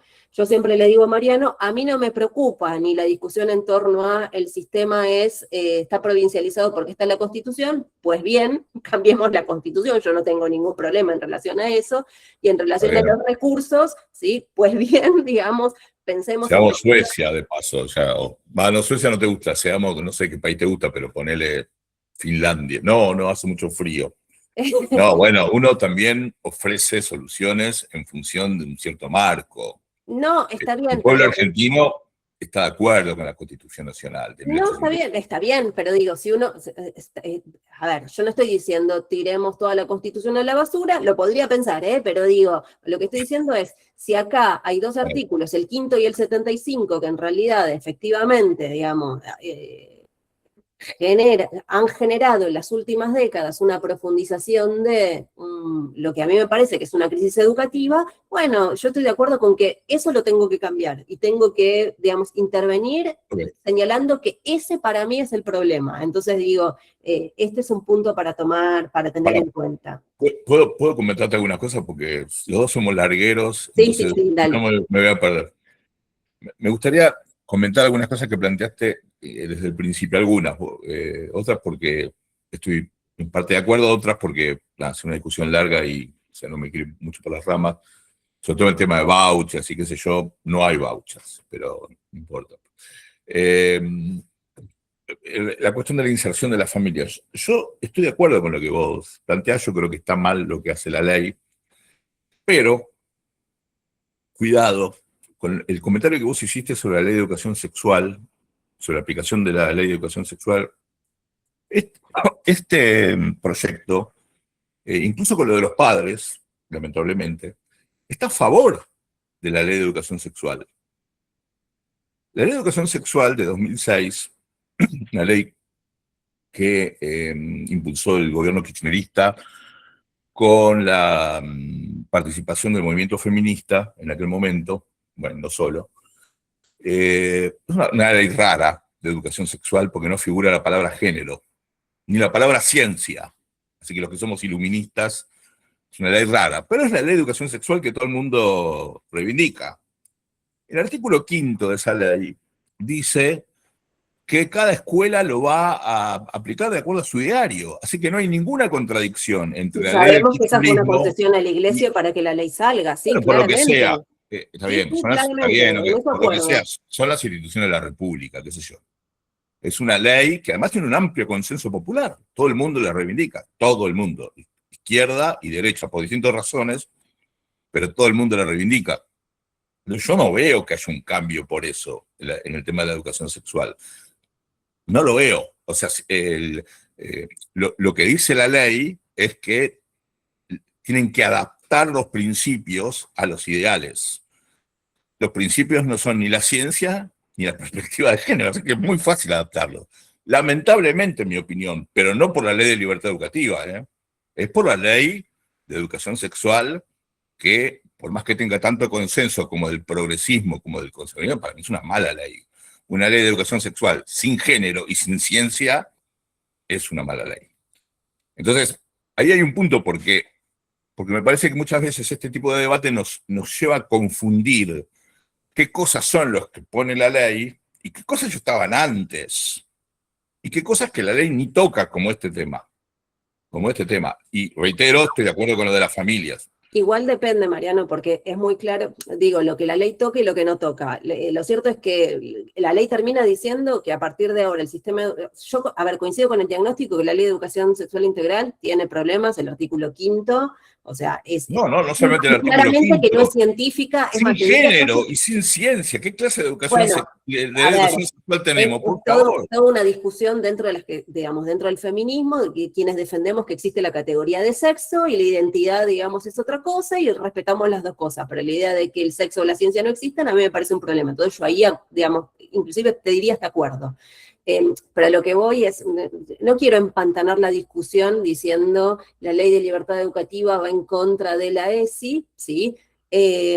Sí puedo decir, digamos, en los debates de Martín Krause, Venegas Lynch, sus intervenciones en la década del 90, muy claramente, digamos, yo no me meto con eso porque tampoco me meto en los debates que tenía el progresismo en todos estos años que gobernaron la educación. Yo no me meto con eso. No importa, lo que sí quería... Me estoy refiriendo a la letra dura de la ley, a la ideología de la ley de educación sexual y de esta. A eso es a lo que voy, digamos, no... Lo que sí quiero señalar es muy claro en el texto, que el texto dice, a partir de ahora, y por eso yo planteé lo de los estatutos docentes también. Me parece otra cosa. Toda la política educativa va a estar asociada a los principios que establece esta ley, con lo cual hay un punto en el cual...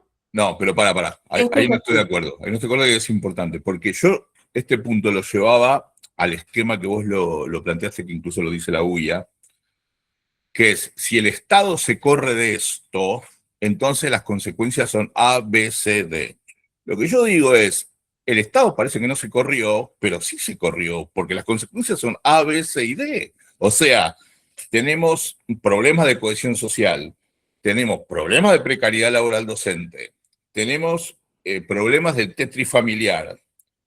La verdad, vos podrías decir, los va a profundizar. Pero, claro, es que Pará. Lo va a profundizar, te lo tomo. Pero no podemos no partir del hecho de reconocer... Pero Mariano, a mí no me vas a poner con esta que yo soy la que... Déjame terminar la idea, 2 minutos.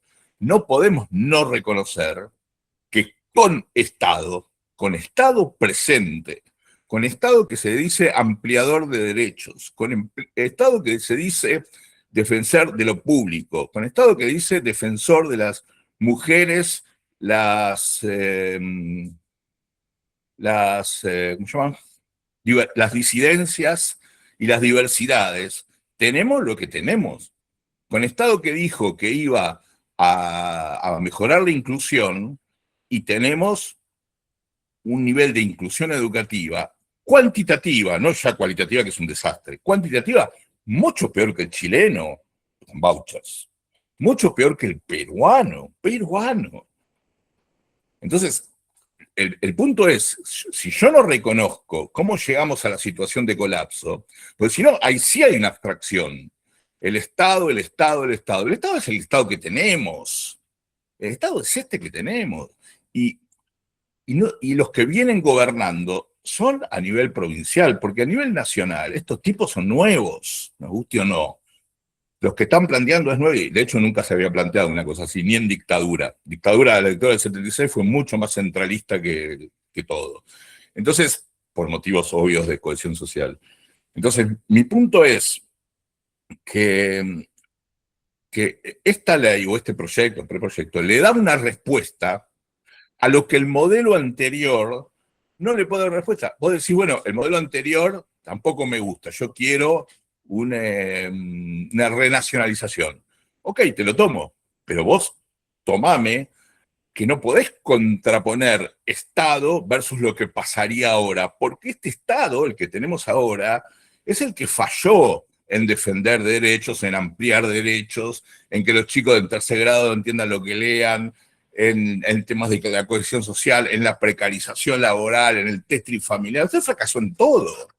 Entonces, seguro, pero bueno, pero esa es la discusión. Es que no, es que es no, así, como que no. No, es que, a ver, a lo que voy es, la verdad que a mí no me van a correr precisamente con esto, como si yo hubiera defendido la política educativa. No, pero para. Tenés razón, yo no es para correrte a vos. No, digo, yo sé cómo vos pensás. Lo que yo digo es, ¿cuál es la discusión? Independientemente de vos y de mí.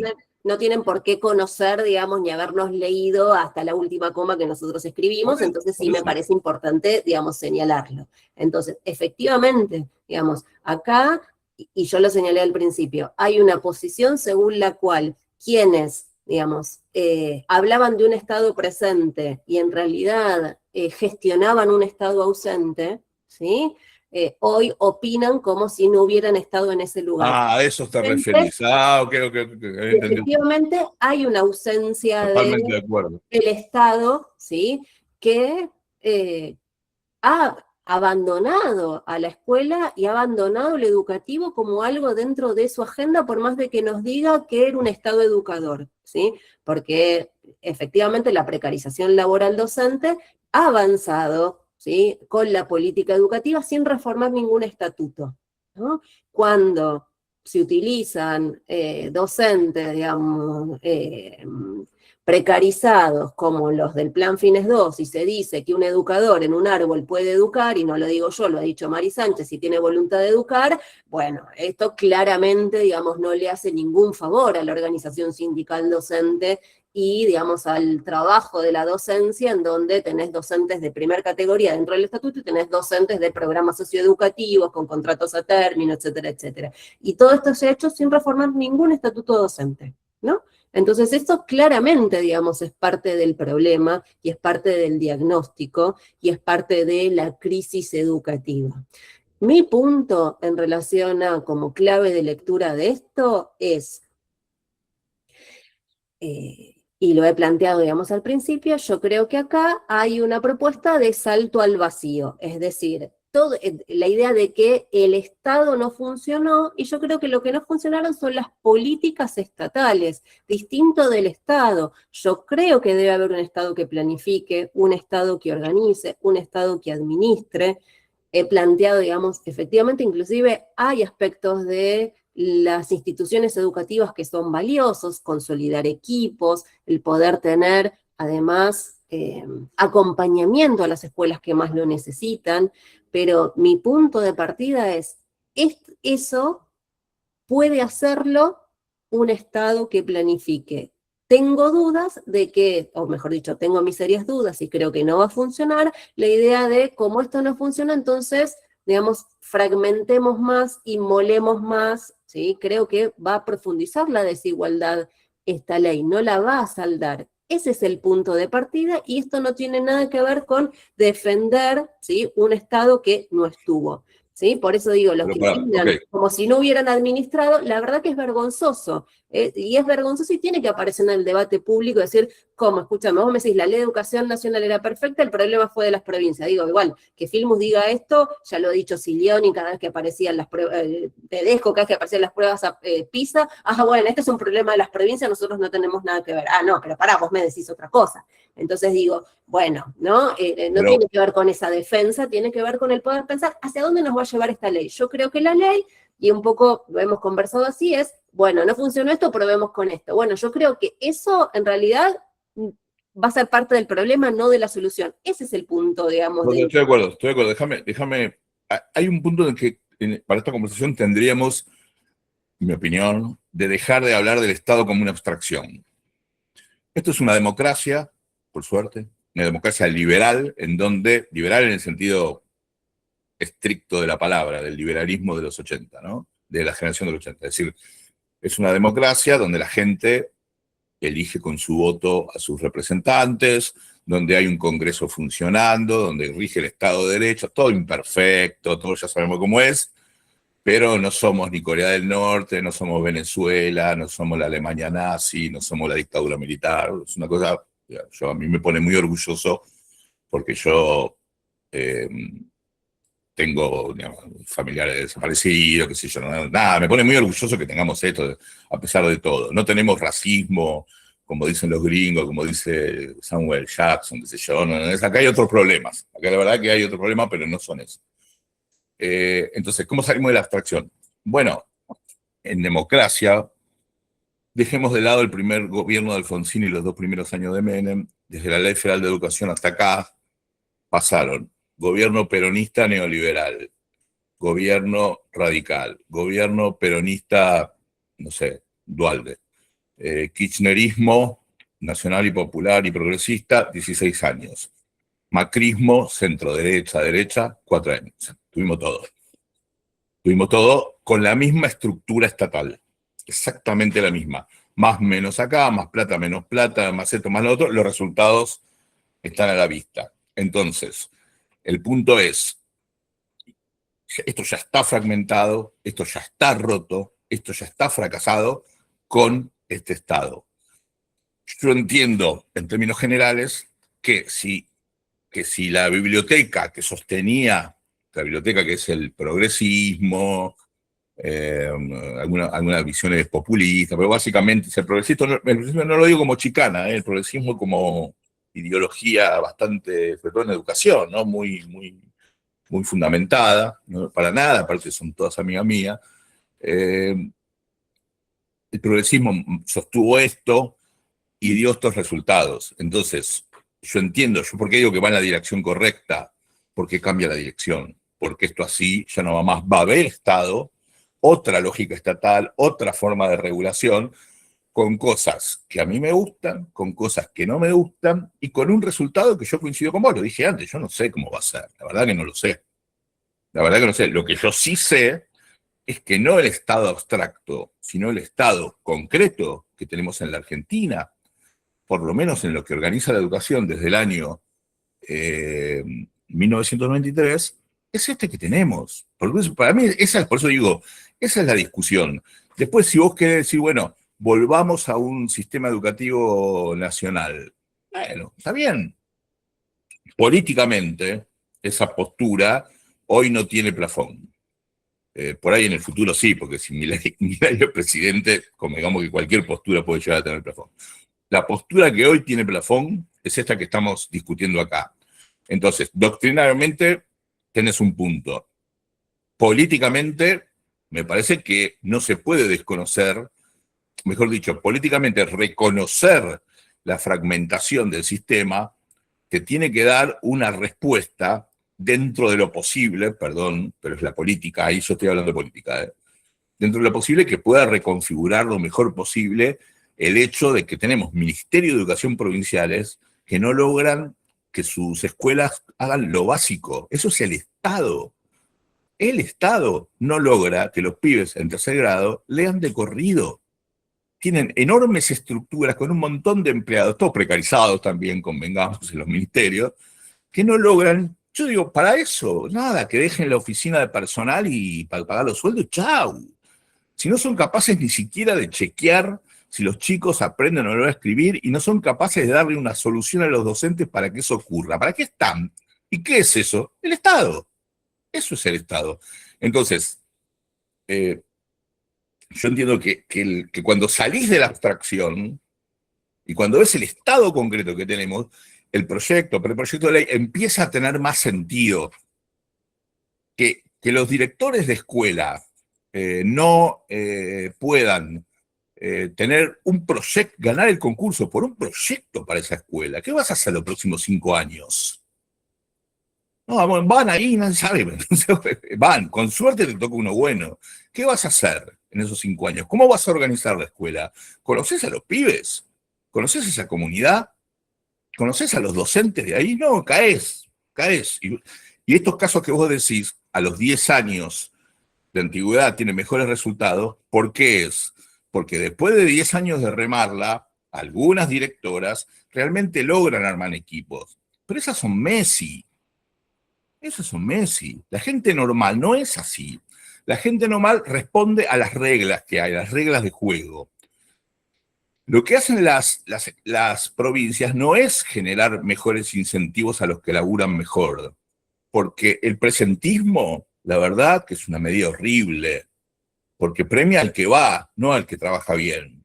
Es más, genera un incentivo para que los truchos son el 10%, el 20%, en todas las profesiones hay truchos. Yo no soy demagogo.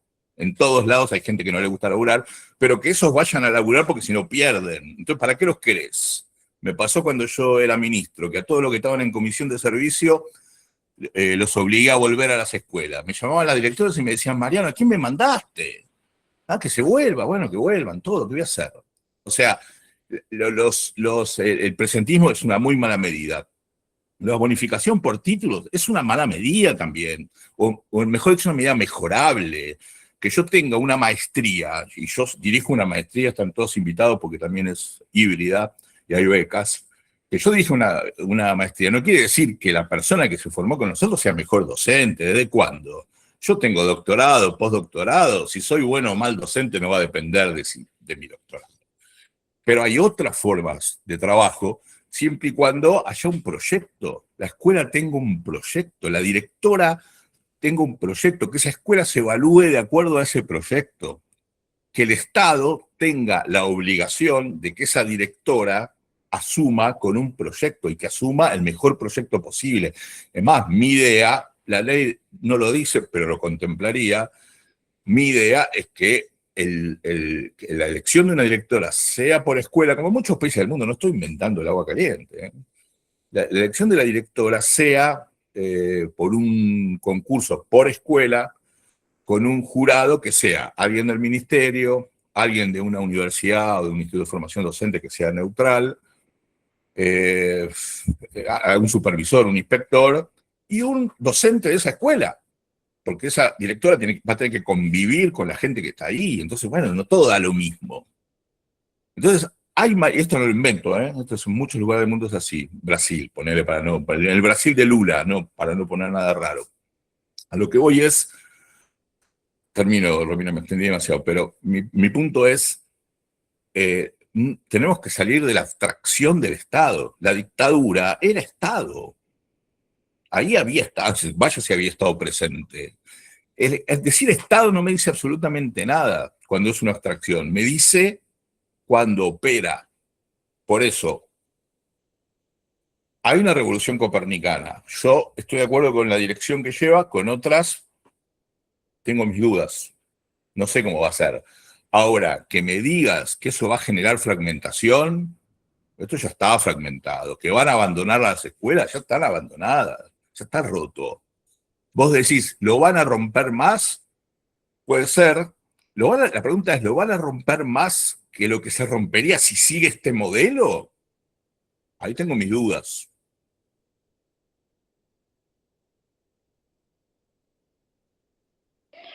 Bueno, ¿Se congeló? Sí, vamos a ir cerrando un poco. No sé si alguno de los dos quiere retomar algo como para hacer un cierre, si no pasamos directamente a dar por un buen cierre. No sé si alguno de No, los no, dos quiere. yo empecé y esta tanda, así fui el más, así que Romina me parece que sos la que tiene que... No, a ver, coincidimos en el diagnóstico de crisis. Creo que la crisis del sistema educativo no puede pensarse en abstracción de la crisis de la sociedad argentina, ¿no? En ese sentido, la escuela creo que expresa esa crisis. Sí creo, y lo vengo diciendo hace mucho tiempo, que las políticas educativas implementadas en las últimas décadas tienden a agravar en la escuela esa crisis que sería simplemente correlato de lo social. Eh, y en ese sentido, digamos, cuando yo hablo de la necesidad de poder pensar cómo el Estado interviene a partir de la planificación y que me parece que la ley, el proyecto o el preproyecto va en una dirección contraria, me parece que tiene que ver no con pensarlos necesariamente solo en abstracto y la defensa del Estado por el Estado mismo, sino, digamos, he argumentado, bueno, cuando la sociedad argentina era otra sociedad argentina, también teníamos un Estado que obtuvo mejores resultados. Efectivamente, no, el sistema educativo está roto. Vos, Mariano, decís, ¿lo va a romper más? Bueno, yo creo que en algunas cuestiones creo que sí, digamos, por eso decía, me parece que se van a profundizar tendencias a la fragmentación que ya tiene el sistema educativo, a la segmentación que ya tiene el sistema educativo. Creo que la ley en ese sentido va a profundizar eso, ese fenómeno. No se va a resolver simplemente defendiendo como si fuera una vaca sagrada la Ley de Educación Nacional. Digamos, efectivamente es una ley que tiene muchos puntos de continuidad con la Ley Federal de Educación y que todo lo que ha declamado en términos del Estado, el Estado no ha estado objetivamente presente en esos espacios, o sea, concretamente en la gestión.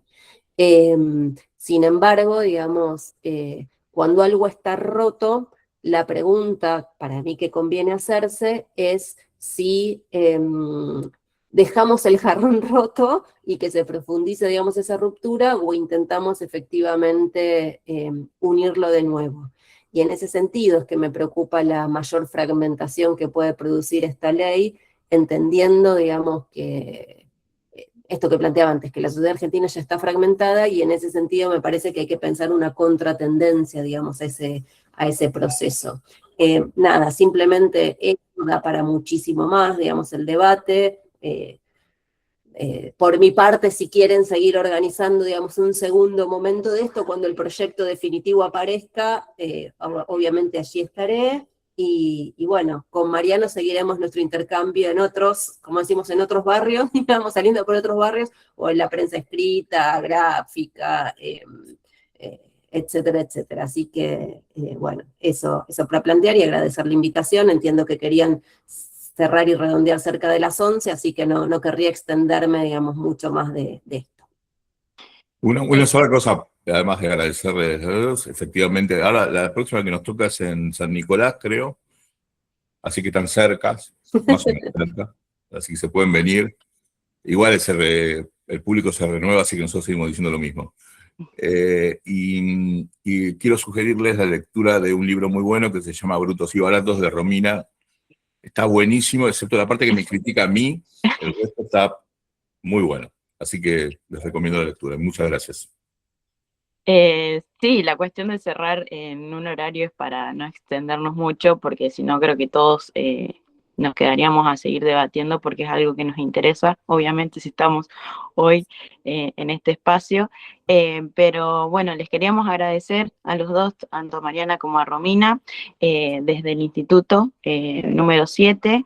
Obviamente ustedes hablaron con Norma, que hoy nos acompañó por decir así, desde las sombras, pero bueno, que está ahí, que se contactó con ustedes, y también, bueno, ANSAFE, que gestionó partes de este encuentro, a ambos, a ustedes por participar, un debate que, como decía, creo que nos atrapó a todos, pone en juego todas las cuestiones que se debaten en las aulas también, y obviamente que es un pie para seguir trabajando en otros espacios y como dicen ustedes, por ahí encontrarnos en otro momento. Y una frase que trabajábamos en un momento era esto de no decir quién ganó en el debate, si una postura u otra, sino esto, progresar en seguir pensando y encontrando formas o puntos de encuentro o puntos de diferencia para trabajar. Así que eso, muchísimas gracias. Y para que nos quedemos todos tranquilos, ahí se va a pasar la asistencia, que la idea es que nos vayamos anotando para después obviamente trabajar la parte del certificado. Solamente eso. Muchísimas gracias. Bueno, gracias a ustedes y bueno, seguimos debatiendo. Muchas gracias. Hasta luego.